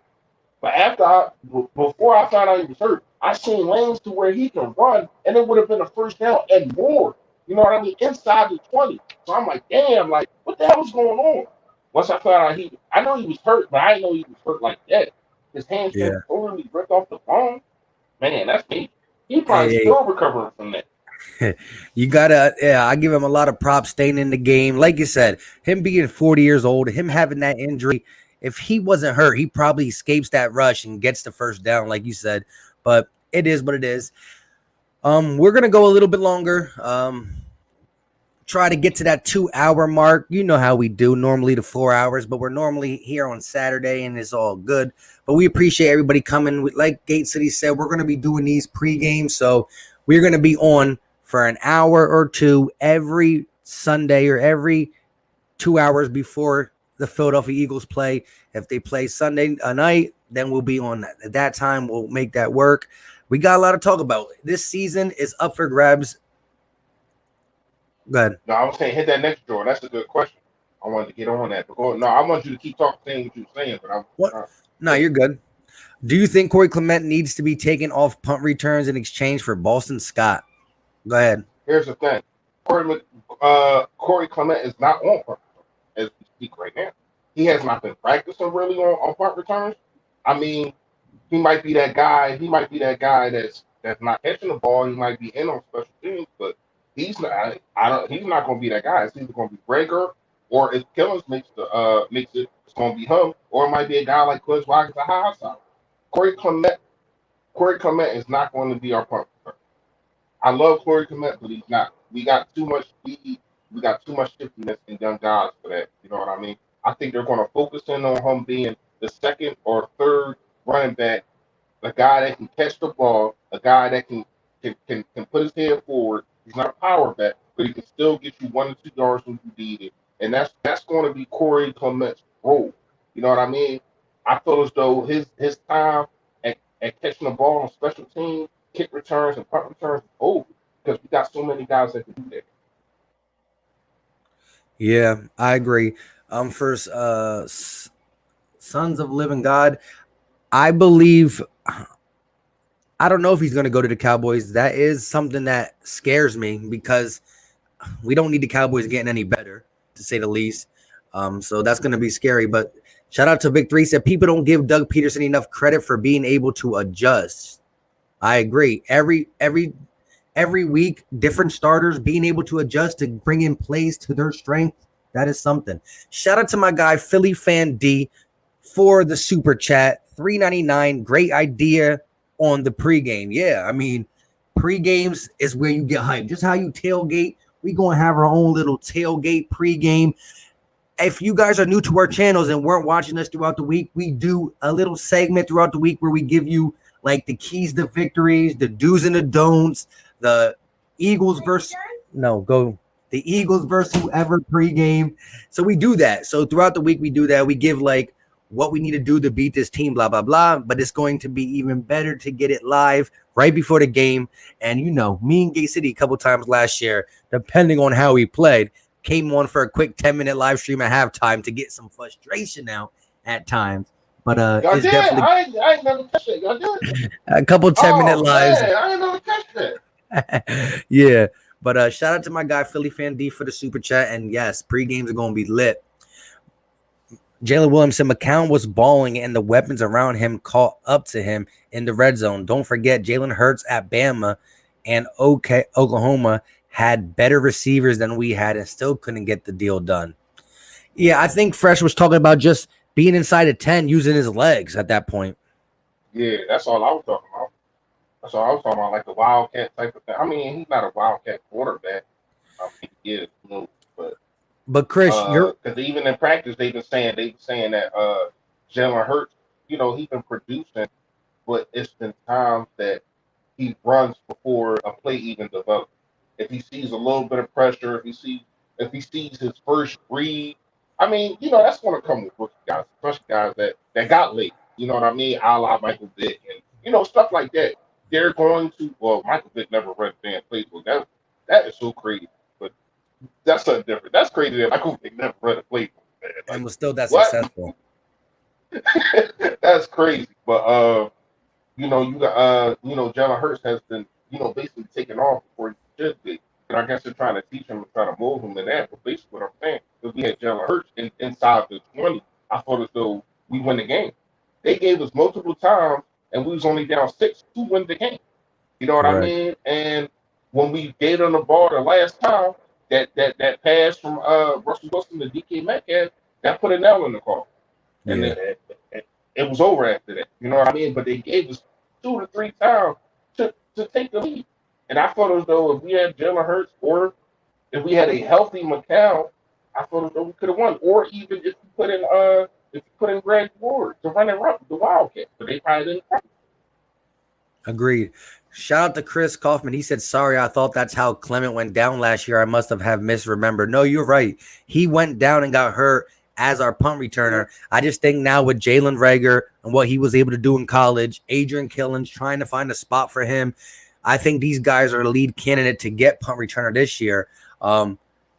They did have Corey Clement practicing a little bit at kick return. He was the least amount of practicing, but he was in the mix. But yeah, you didn't misremember in the sense of that's how he broke it. Whatever happened to his shoulder was in a punt return, and he fumbled too on that same play. Yeah.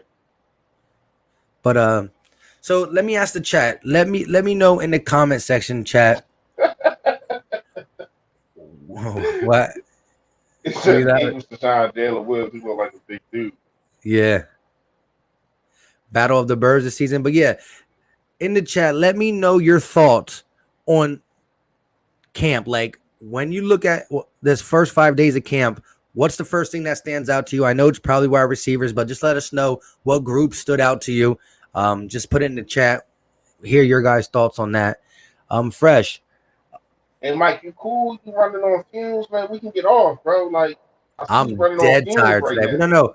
We gonna rock out for the 2 hours. I Okay, wanted to okay, I we want to got ask 18 you. minutes. I want to ask you, when you look at the linebackers now, I know you're big on both Davion Taylor and our guy Sean Right. Bradley. Who do you think sees the field first out of the rookies? Ooh, that's a good one. I just think Bradley is the see.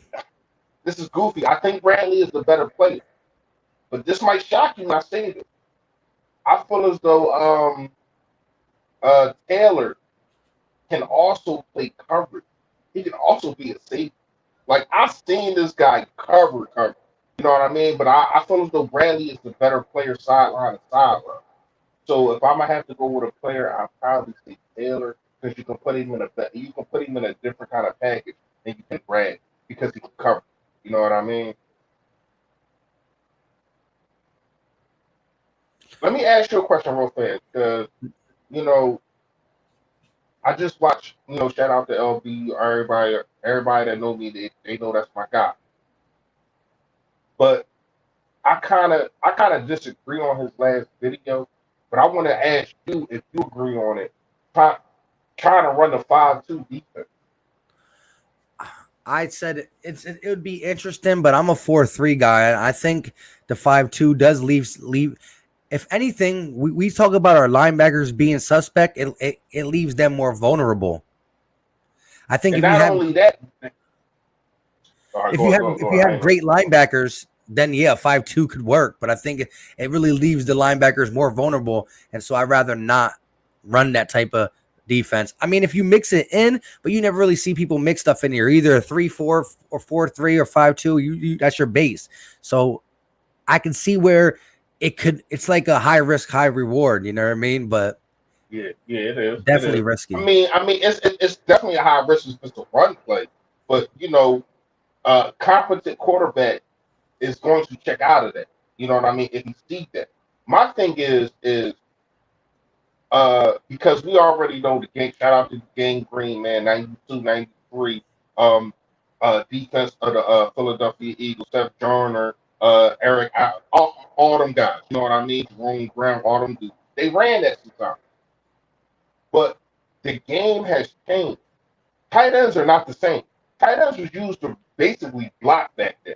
You know what I Mm-hmm. mean? And then you have fullbacks, you have stuff like that. So everything was kind of consolidated within 10 yards. So you don't have to worry about your linebackers being 20 yards downfield getting burnt. It's a difference now. It's a different type of league now. You got tight ends a la Jason Kelsey, Kittle, stuff like that. You got these kind of dudes that can do what wide receivers do. They're just tight ends. So I really don't like it. I get what LB was trying to say. Once again, shout out to him. That's my guy. But at the same Right. time, I really don't like it because the game has changed since we've seen the last 5 too. You know what I mean? Mm-hmm. We don't have, we have talented defensive lines, yeah. We don't have covered defensive lines. You know what I mean? You're going to have two defensive ends playing on, um, because the way he put it was wide receiver, tight end, then the line, the tight end, wide receiver. It's not really like that anymore. First of all, when tight ends play together, they're going to be in a stack bunch most of the time. You know what I mean? So you're going to have two tight ends over here. You're going to have a wide receiver, probably another wide receiver. Then you're running that. So it's like it's so many different kind of intricate parts that you got to worry about. It's not standard offense like it was back in the day. People are bringing in college offenses. It's a whole lot going on there. So for you to try to run a 5-2, I feel as though you want to start. Okay? You know what I mean? So especially like you said, with the linebackers are questionable anyway. So I feel as though, man, the 4-3, I think that's where we stay. That's what we should do. You know what I mean? Yeah, definitely. The Alcabar Beer, the analyst, says, "I agree with you, Fresh. Yeah, like I said, it's a high risk, high reward. Book of High Quality Band said a quick 5 yard pass or a screen plays will destroy that 5-2 defense. That's That, facts. that, Um, Bradley is bigger too, and I think Watkins been showing up the rest of the group. Showing up the rest of the group. Yeah, like I said, we definitely got these young guys out here balling. that's So my I'm guy. very interested to see that. You saw my comment. I knew it. My vote is on you, my guy. Oh yeah, What are you talking he, about? when he commented that Jalen Williams should play offensive lineman, then Jalen Williams said, "Yeah, you're right. I'm 6'3", 320. I got the measurables, and I gladly take that signing bonus. Plus, I got enough vacation time to make it to cut day." I know that's right, Jalen. But are you going to ball? That's the question. You know what I mean? He said, "I'll take that He is signing looking bonus." shaky. I disagree. I disagree, Vic. I disagree. I mean, first of all, Derek Barnett, they already sat him down for a little bit. I feel though Malik Jackson's going to play. If it's not going to be all the way on the edge, they're going to still have him playing DH. He's not going to be getting that much money and just be like a rotational guy. He's going to be playing. You know what I mean? They're going to have packages to where though Hargrave, Fletcher Cox, and Malik Jackson's going to be on the field at the same time. Probably a lot. You know what I mean? Josh Sweat, I'm trying to tell y'all, I'm going to keep kicking it to y'all until y'all say fresh. You was right around week 4, week 5, and this guy probably got about 4 or 5 sacks. I'm trying to tell you, this dude, he is built for this. The way that he's built, his motor, um, he got moves. He got moves, and he's been going against since he's been in the league a good offensive line. You know what I mean? So he knows how to get separation from the offensive line. He knows how to get at the quarterback. You know what I mean? He had 4 sacks last year, only played 35% of the sacks. If you get this guy around 45 to 50% of the snaps, I'm trying to tell you this dude's going to show up. So I mean, you can always go with another guy. You can always try to bring another guy in. We got Vinny Curry, who knows what he's going to do, but he knows the system and he's comfortable in the system. He's comfortable being a rotation guy. So I don't feel as though he's in trouble there. You know what I mean? Is it the best rotation at the end? No, but I'm telling you, the defensive tackle is going to take up for a lot of that, yo. The defensive tackle is going to get doubled. Hargrave and Fletcher Cox are going to get doubled every single play. And that's going to leave Derek Barnett and also Brandon Graham, who I have not named, who had probably one of his best seasons last year after getting the contract. I thought he's going to come on again. You know what I mean? So I'm not too worried about the defensive end like y'all is, but I get what you say. We don't got household, we don't got name, we got household name, we don't got no major name at the defensive end spot. And Derek Barnett has been a disappointment. But when we talk about Derek Barnett, let's not forget, when we won the Super Bowl, he was only 20 years old. This kid is 24. And that's when guys really come into his own. You know what I mean? So don't forget that, y'all. We had him for 4 years, and he's only 24. So let's not forget that, man. I think Darryl Barnett should have a good season. If he doesn't, then we're going to have a problem. You know what I mean? Facts. And for Let's Go Bird HD said Mike and Fresh training camp rookie of the day. Y'all thoughts? Again with the Sixers playing, the Sixers stream, saying bye to some families, all that. I didn't really get too much into today's camp. I'm gonna check it out before I go to sleep tonight. Maybe talk about it tomorrow. But tomorrow I will be releasing my JD Arthego Whiteside video, and I might have some of today's notes of camp in that. But yeah, did you hear anything that you said you didn't really hear much for today's practice? Yeah. I've been running around all day. Then I took a nap like an old behind man like earlier today.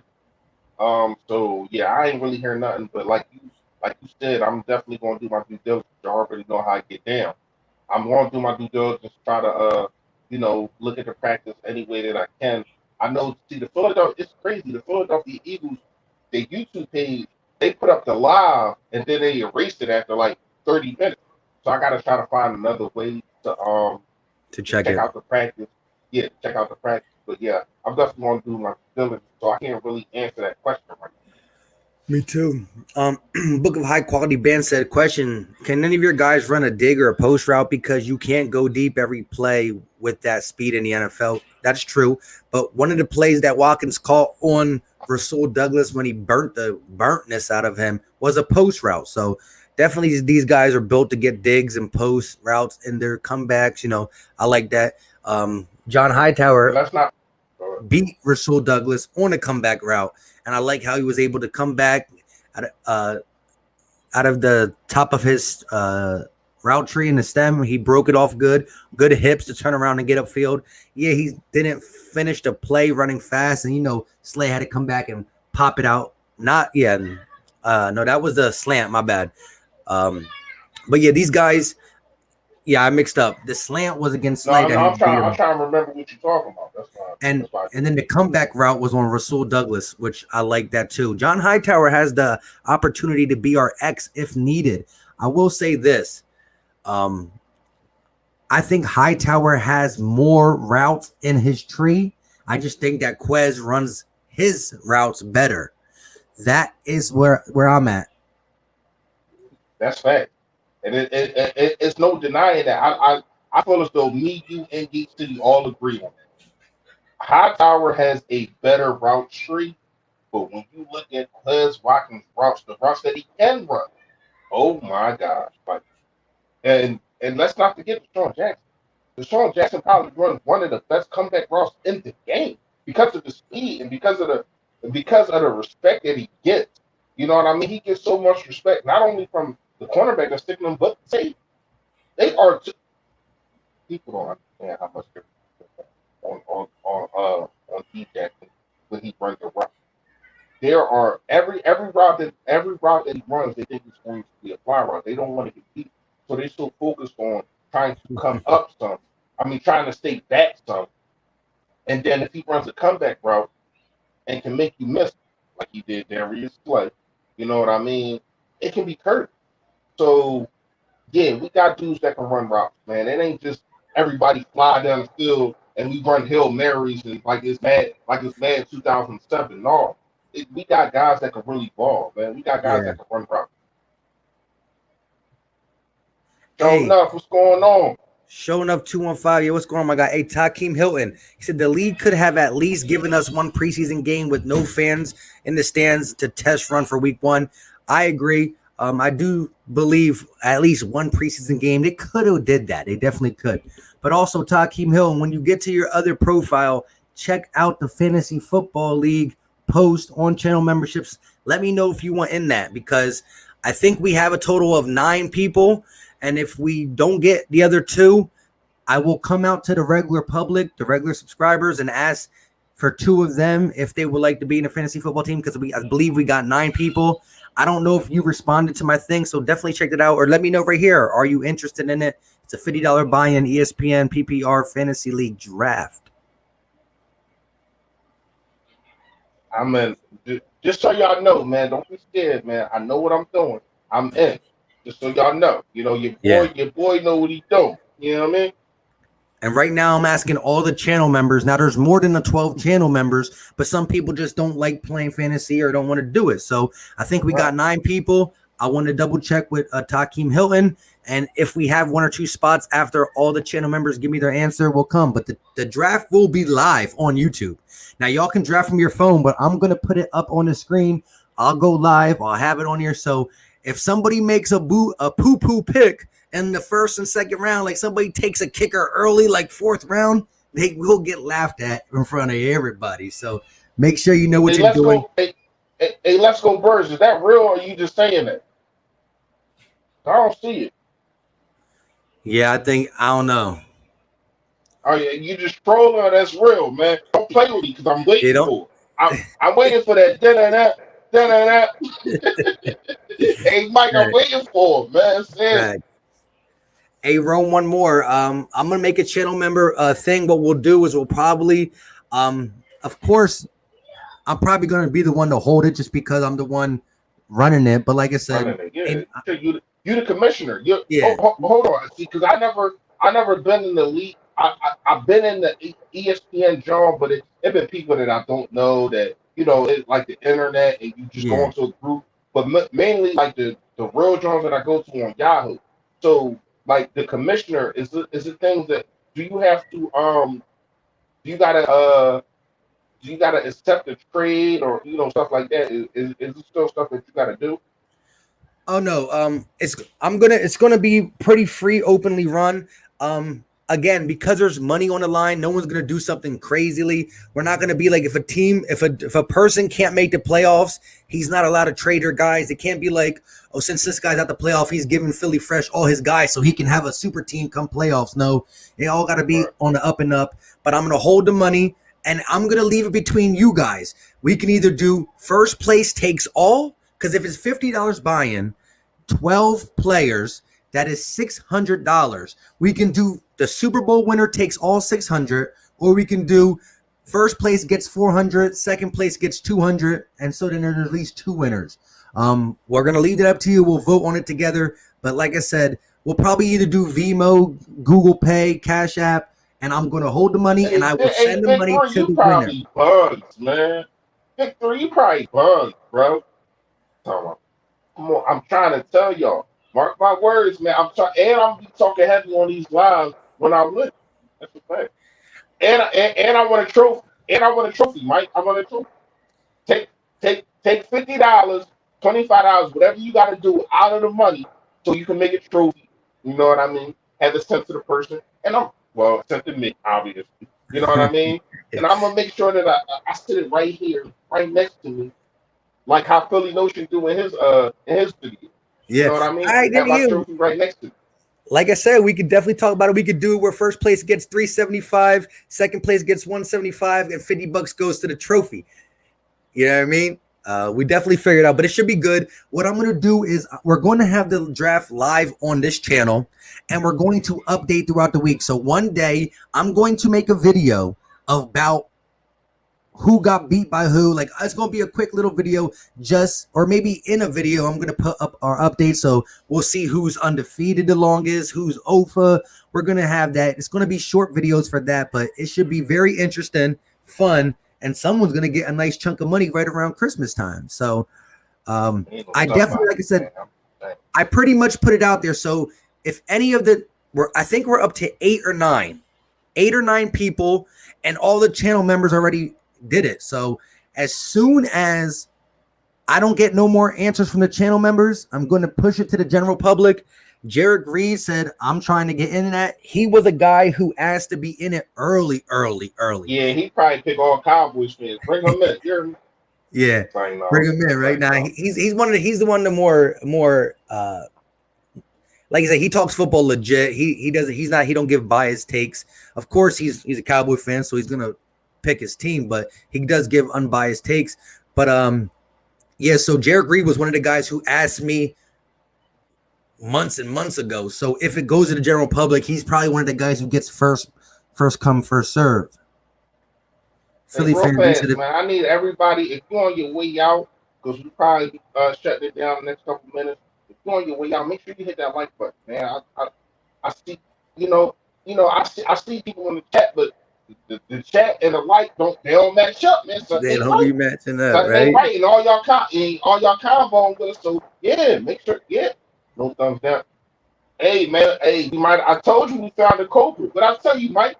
I told you we weeded the culprit out that one time, and we ain't had an unlike such. You hear me? Yep. Hey, Victory said Fresh will be the first one to pick a kicker with the first round pick because this is Wi-Fi. It will do him wrong. Oh, I see that part. That's funny. You can't pick a kicker, man. Wait, you pick a kicker? Yeah, kickers. You're gonna have to have a kicker too. Yeah. Okay, yeah. So you get your bench. No. I'm trying. Okay. You keep thinking that. The boy know what he's doing. Yeah, your boy know what he's doing, man. And I just started doing it when I came home, so that's like it's gonna be my third year doing it. Yeah. I'm like I said, yo, we're gonna have some heavy hitters in it. And real fast after this video, man, I should be monetized. Finally, you know what I mean. If y'all haven't done it, make sure y'all hit the like and subscribe. Y'all already know. But finally, YouTube should monetize me after this. I'm right there. I need to like 50 hours of view. I don't know. When we go live, you know what I mean. Make sure you come on the page, and like all that kind of stuff. So I should be monetized. Trying to get supposed to get super chats and the ads, all that kind of stuff. They've been playing with YouTube. Been playing with me. I don't know what's been going on. They've been playing with me. I go live. I gotta wait 3 days for them to put it on my page. I don't know what's going on, but hopefully after this video I'll be monetized. I've been waiting to hit y'all with a whole bunch of stuff for me to be monetized, but hopefully after this drawing I get monetized, man. I'm gonna be shooting at y'all, man, with a whole bunch of stuff. So make sure y'all prepared, yo. Yo, what's it called? Steve said, Fresh, you drafted Dak in the first. I seen it. Dak, come on, man. Dak not even my replacement for my replacement. You hear me? Yeah, man. Yeah. Hey, all I know is I can't wait. But like I said, we're gonna predictions figure out. Though. Hey, my predictions. Who is going? Wait, how are we gonna do the standings though? Huh? Real fast before I ask you the question. The standings. Who goes first? How you do that? Oh, it's gonna be random. It's gonna be random. Once we all get in it. All right, predictions. Who goes first? I don't know. Listen, I'm talking about player. Player-wise, it's going to be Christian McCaffrey. Yeah. Christian McCaffrey. CMC go first? Yeah. If someone has the first pick and they don't pick him, I'm already laughing at them. I'm dead serious. Like, but yo, listen, I actually like the 10th pick. That's my favorite because then you still get a top 10 player and you get this next one. When you pick first, you get to pick whoever you want. But then your second pick get goofy. But then after the middle rounds, it get real goofy. You know what I mean? Like you miss kind of a lot. But I get what you're saying. The first two players, I definitely want to go last. I ain't gonna lie. Yeah. The first two players can be major. He's Philly fan. He said, "Who goes second?" Now second, I'm thinking you got like guys like Zeke and Barkley. Like I don't want to give my strategy away, but listen. Running backs are where you make your money. Right? I mean, it's not really a strategy. I mean, you're not really talking strategy. You're talking your top 10. Like if you talk your top 10, that's not really strategy. That's just fact. Like you can pick. You can say CMC. You can say Michael Thomas. You can say Zeke. You can put Zeke in there. You can say Barkley. Who else? You could even say Kittle. A guy. No, It's, he can't it's take Kittle in the first round. why can't you? He a I high mean, volume guy. He a high. Okay. Oh, I wouldn't do it. I'm just saying you could put him in your you top would 10. take No, a I'm not taking Kittle. Kittle. I know who I'm taking no matter what because I know he's Not gonna be there. that's no, you can't. So what if you're 10th? You think he's automatically gonna be there at 10th? What if I'm 10? I Yeah. don't know. You still got your D Hop. You still got your Adams. Stuff like that. Hey, listen, Hey man, I'm trying to tell you, I know what I'm doing. That's all I'm saying. it's gonna be a Hey, fun Mike, year. why you messing what I'm doing up, man? I'm trying to implement things to people's head, and you messing me up, man. Thanks for that. Yeah, you're right. We should. Yeah, pick Kittle. For everybody, Yeah, for, but yeah. So we just hit the round. We're around 2 hours and 5 minutes. Like I said, today has been a yeah. long day for me. I appreciate everybody. When I get off this, I am going to check how many people we have in the draft already, and then if we need more people and no other channel members hit it, I will leave it to the open public. I most likely will get Jarek Reed in there as the first come first serve as the general public because he's been hitting me up since months ago, and I told him that I have to work on the channel members first. Like that's part of the perks they get for the extra support to But go but all distance. right. So if the channel members don't hit it, how we it's going to be kind of like a contest. Like how you going to do that?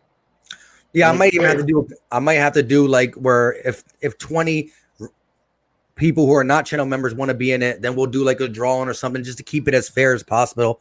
Um, we'll figure it out. But I definitely had to hit the channel members first. I went from the top tier to the middle tier to the bottom tier. Some people said, "Hey, thank you for asking me, but it's not my style. I don't really do good in it."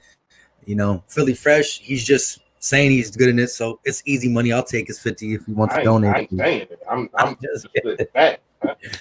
You know yeah, what and I mean? be more Philly swearing that he's already gonna win. If he's, I don't think he's listening at this time Yeah, he already. must So have been got out of here. I ain't seen him in a minute.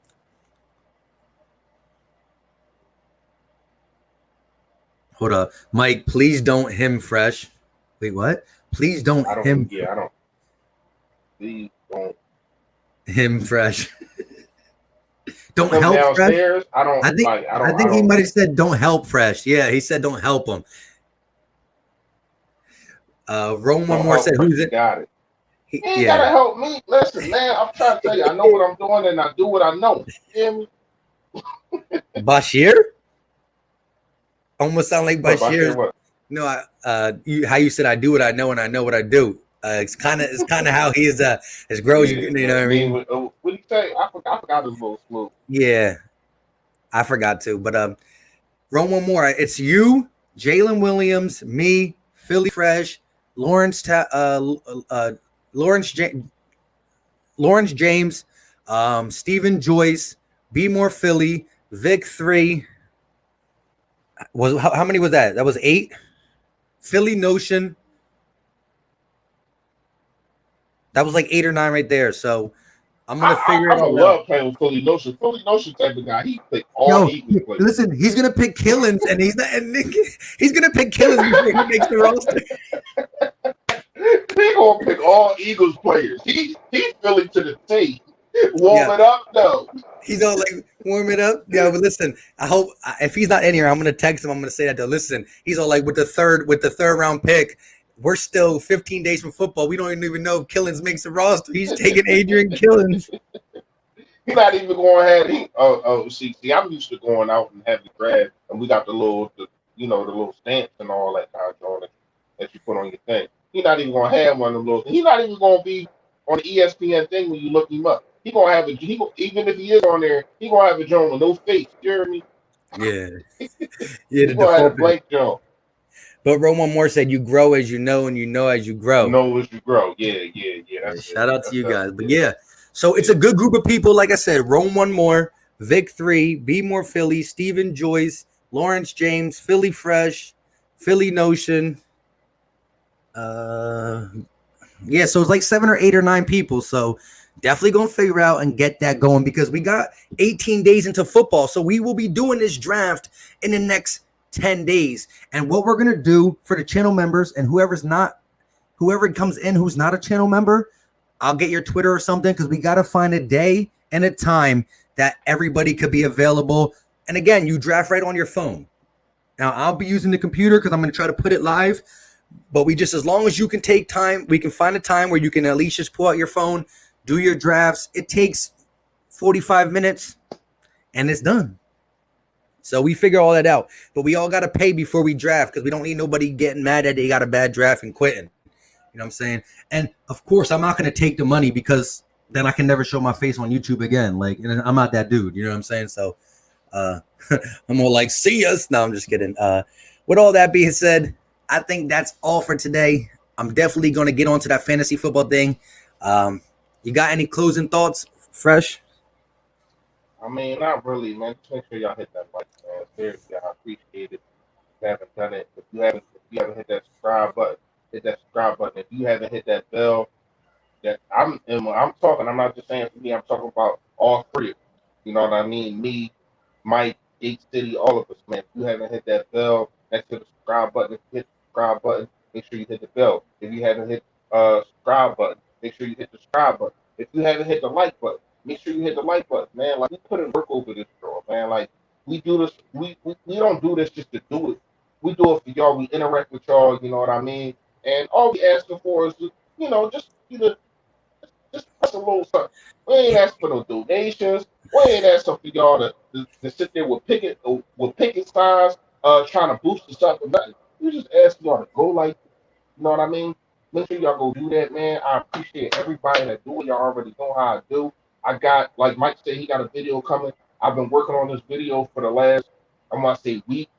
I had to kind of change it. One good one got rid of, but I'm trying to bring y'all tomorrow, bro. My top 10 acquisitions that Howie Grossman has made, bringing it to this team. That was really my first video that I made. If you haven't checked that out, make sure you go check that out. My first video I ever made on YouTube. And I'm trying to bring all that for this year. You know what I mean? So I'm gonna try to get y'all that either tomorrow or Tuesday. But if I don't, I'm gonna keep hitting y'all in the head with so much content that y'all get frustrated. You know what I mean? So make sure y'all hit the like and subscribe, man. I appreciate all y'all. Y'all already know. And at the end of the day, man, you know what it is. Stay fully, stay fresh, y'all. Facts. And just to close up, I'll figure out the time where you guys can start sending the money in when we check you off for real, for real. Like I said, we'll figure out the time and place. I also wanted to say, like Victory said here, if you guys send me the money and by week 7 the season is canceled, well, then nobody wins. We're not going to say whoever has the best record wins, and everybody will get refunded their money 100%. Nobody wins. So we're definitely going to get on that, because we got 18 days. Let's go, Philadelphia Eagles. A great 2020 season is upon us. Hey, you know what time it is.